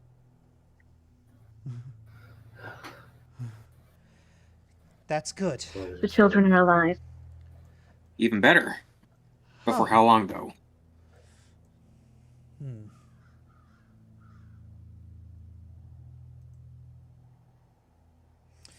Well, wonderful. May I see one of those contracts, by the way?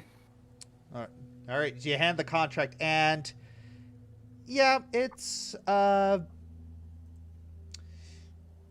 you can immediately tell that this thing is that the parchment itself is made of human flesh. Well, can I read it at least? I know Chthonian, Imperium, Fae, Jotun, and Necrol. Oh, that's weird. You're actually entitled to an additional language. Yeah, What do you want it what to would I be? pick, though? Yeah. Yeah, I'm trying to figure that out. What would be a good one? The one that's in the script, maybe? That's assuming it's not one of the languages I already know. Yeah. Oh, you're gonna have to make a good guess. Yeah. You know what? Infernal. I need to know the other fiend languages. Whatever the That would be diabolic. diabolic it is.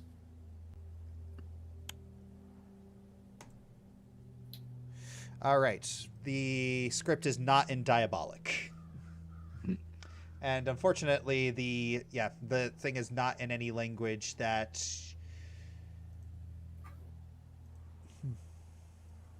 Let's see. Wait, I can use society to hold on, let me look something up.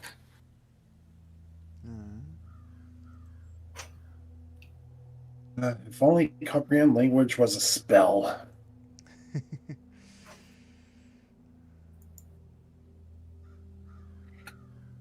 Let's see.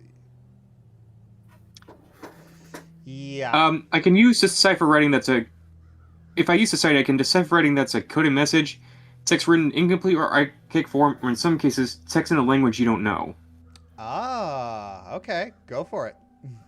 Yeah, wait. I was wondering if this would apply here. That would apply here. Here we go. You can use society. Okay. Wow. Man, that came in. Okay, so. That came in clutch.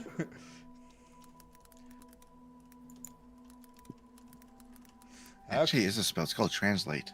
Yeah. All right, me. And here we go. Okay. Look RNGesus, just take the wheel. There will come a day where we can't Oh, solve our problems with 11. Just barely. 21. You guys are getting some clutch rolls. Yeah, funny that. Oh, I'm sorry, dude. You're fine. You're fine. It's like back in Linesmith, I'm apparently the only one who remembers that decipher writing is a thing. I'm playing up my bitterness. So you have discovered that the language is in Abyssal.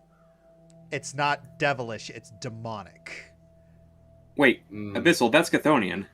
I do know this language. No. That's the remaster. Wait. The remaster.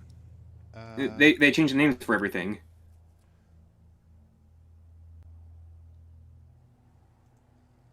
Un momento, por favor. Right.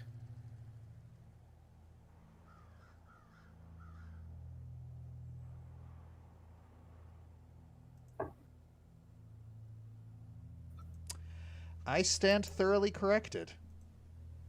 Yeah, I should know this language. Yeah. All right. Well, then you critically succeeded. You're welcome. Okay. All right. So, you are able to decipher the contract, and you have determined their names. Morgantha Stormreaver, Belladonna Sunbane, and Ophalia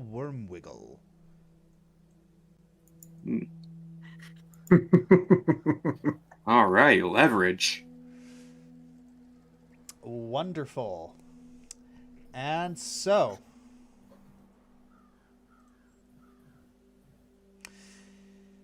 now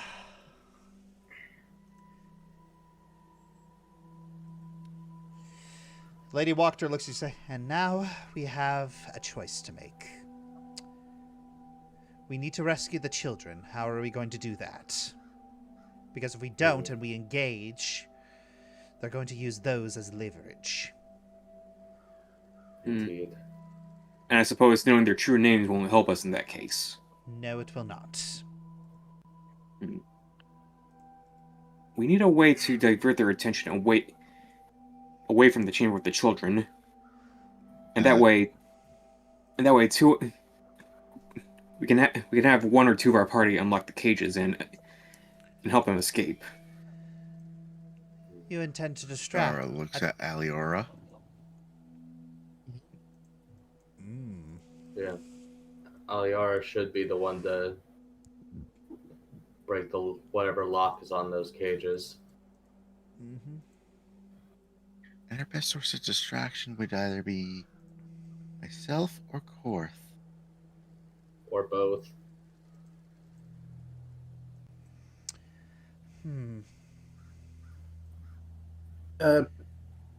Hey, Josh, are those two pigs actually pigs, or is it just part of the scenery? Oh, those are actually pigs. Are they actually pigs? There are actual pigs there. Well, Korth hasn't eaten anything yet. Korth, these are hags who turn people into things. I don't think that's going to stop him. Korth, please, I will feed you later. What if it was the werewolf savaging the pigs? Yeah, not a savage werewolf. I will hunt actual like game for him later if he needs me to.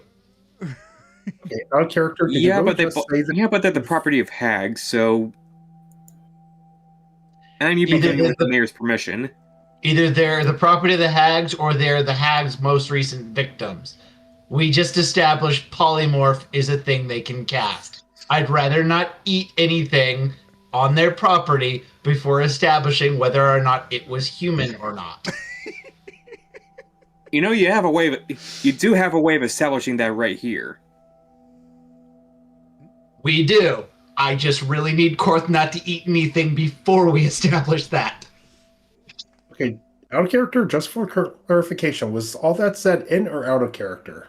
In character, 100%. Don't eat the pigs yet. No, it's mainly because I don't think Lady Wachter knew you were a werewolf. And you just blurted that out in front of her. Yes. Oh, wait. You did. It's Lady Wachter's. Here's all of that.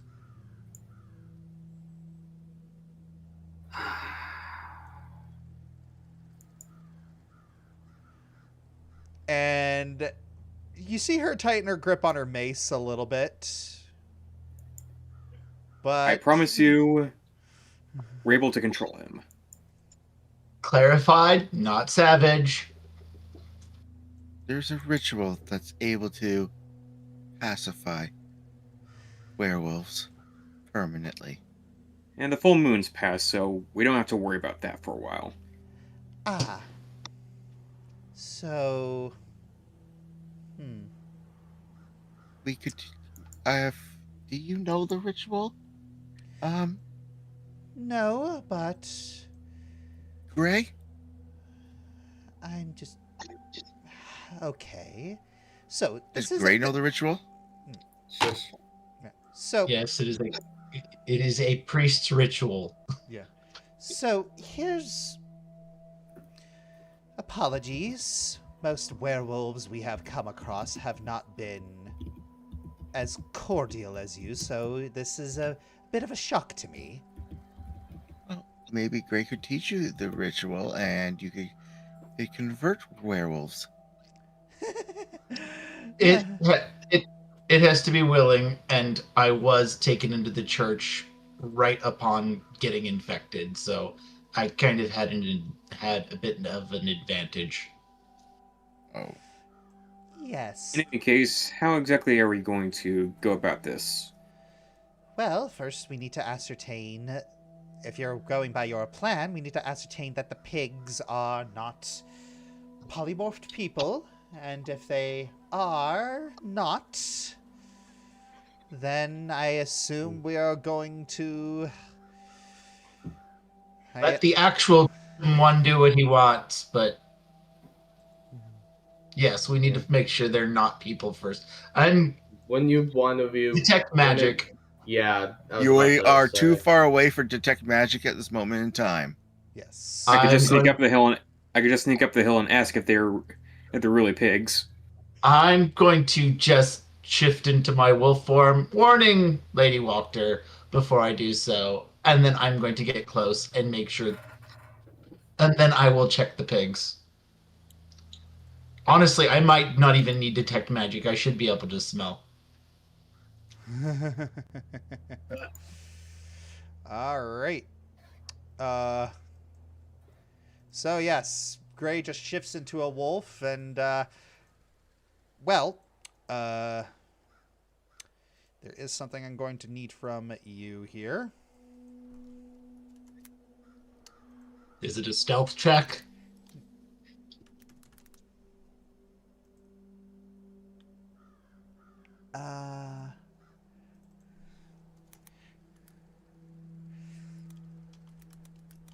Because I am being stealthy.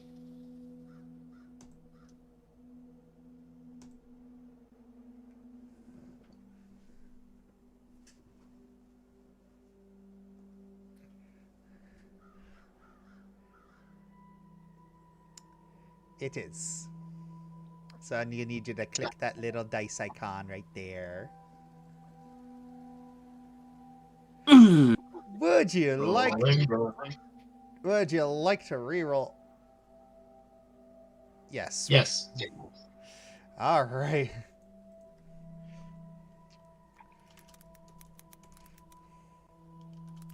Avoid a notice. Still. Yeah.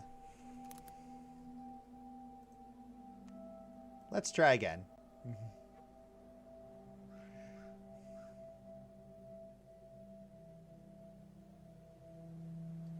Lucky 7. Oh, 18. That is a crit success. Wow. Crit failure to crit success. Perfectly balanced. That's not even the 7 I asked for. All right, so Okay, so I go up, check on the pigs, and try to determine if they are people or not. all right.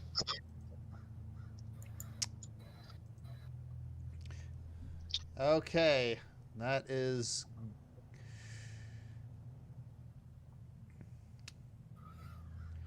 all right.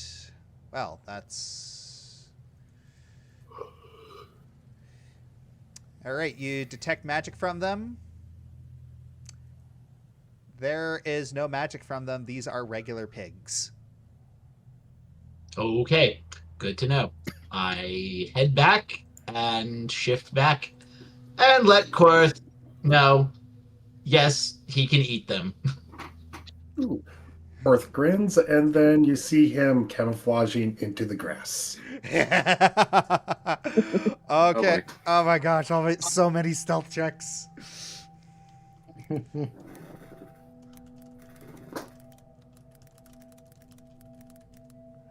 All right. That's not really doing the stealth check. Yeah, I also love that I get to be cheeky with these. I gotta be cheeky with these names.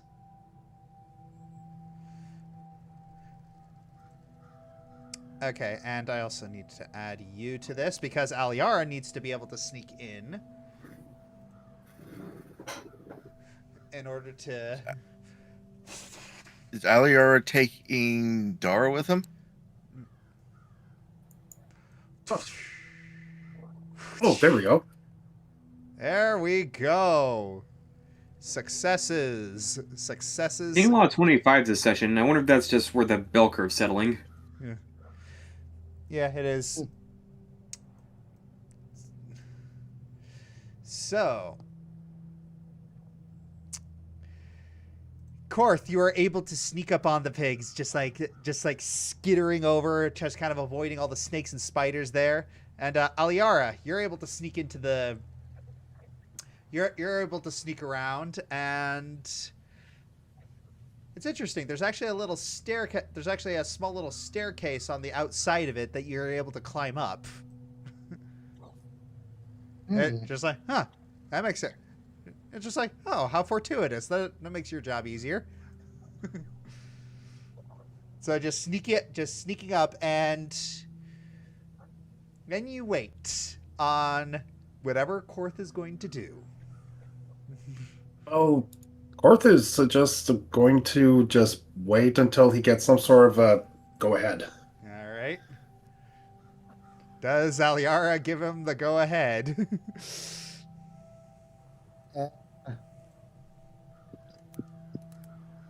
Yeah, I will. All right. Making sure to make sure the pigs squeal as much as possible. Korth is going to eat them from the back forward and make sure to drag them into the grass. Oh, that's brutal. From the rump up. He's tough. He is the shark and the grass is his water. Oh, that's brutal. As Johannes hears their screams echo across the hill, he says to the others, "You know, with my recent gift, I'm glad I didn't go up there with him." Oh dear. Oh dear. Oh dear. Yeah, he can't turn that off. I might actually become a vegetarian because of this. Anywho. Yeah, I don't know about you, but I think I'm a vegan now. Vegetarian, not vegan. Okay, don't fail me. Ooh. You got a good modifier. So yeah, you're a little nervous, but the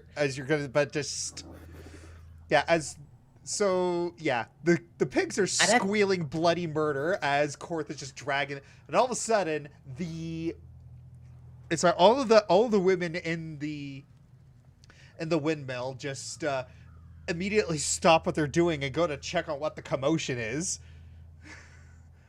They're like, oh, did those blasted werewolves come back?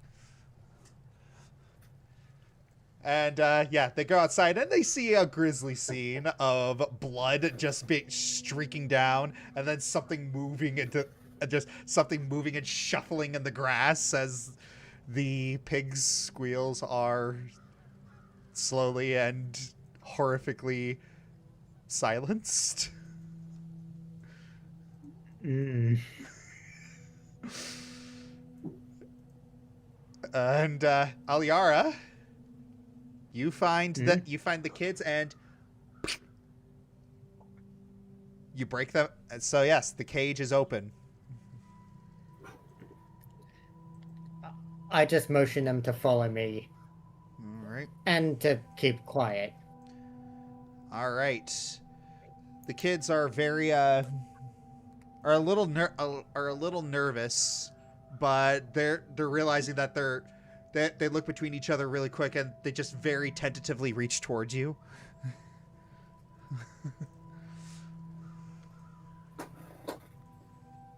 All right. Okay, and now with the children, I am getting out of there. All right, you grab the children, sneak out, and you are booking it. Just trying to make sure that nothing bad happens to the kids. And so yeah, Korth, there's one more roll I'm going to need you to make, and this is going to be the last roll of the night. Okie dokie. Good thing too, because I promised my dad I'd be done like an hour ago. All right. Ooh. This is going to be the last roll of the night.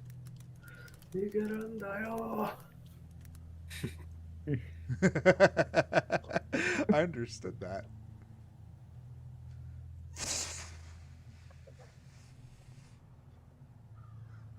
Oh, I can't see it. What is it? Oh, okay. You got 22. You just barely made it. So I heard the yeah. reactions before the result. So yeah. Even though there's a blood trail, you're able to. It's like you're able to give the hags the slip. Yeah, it helps when you leave no bodies behind. And so the Good hags are just Lord. looking around, just they're angry. They're angry. And Aliara, you have retrieved the children and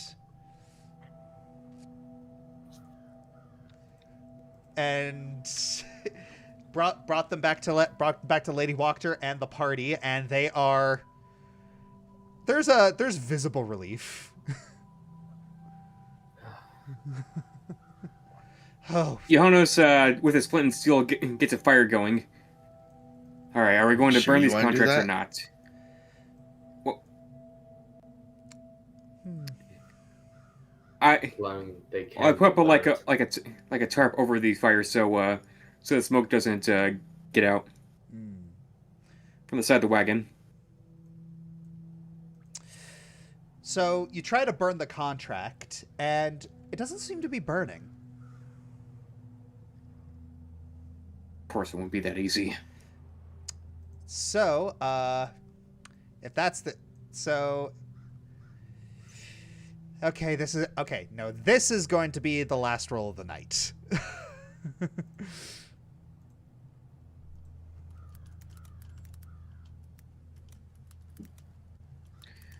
Okay. All right. What have we got? This will be.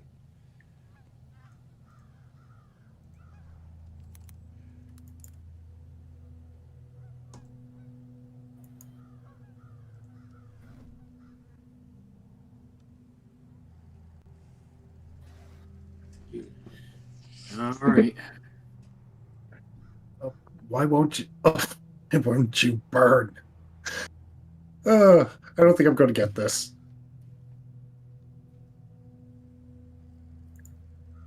And Jeremy, Matthew. you already rolled. Matthew? Yeah, I'm more up. Hold on, the page is reloading on me. There we go. All right. I'm working on it. All right.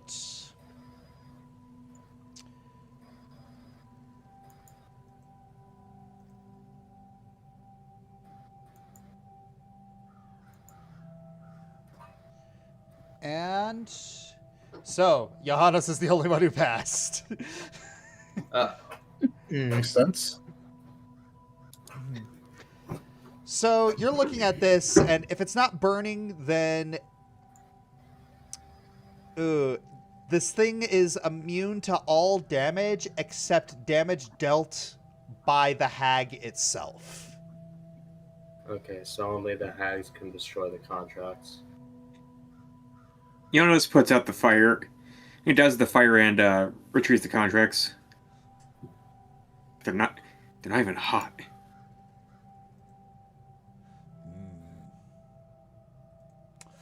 All right. So at the end, so all right. So Lady Wachter says, "All right. So we have the names, we have the children. Let's get started." Yes. Can I kill him now? Johannes pulls out his rapier. You don't have to tell me twice. You'll see. I will give you a signal. We will send out our formation in a 5-point star around the area. And when you hear their names, that's when you go.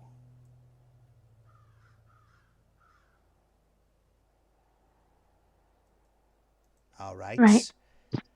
Now, She looks to her associates. She and takes the contract from Johannes. Let us begin. And that's where we will end for tonight. All right. Oh, it got tense there. Yep.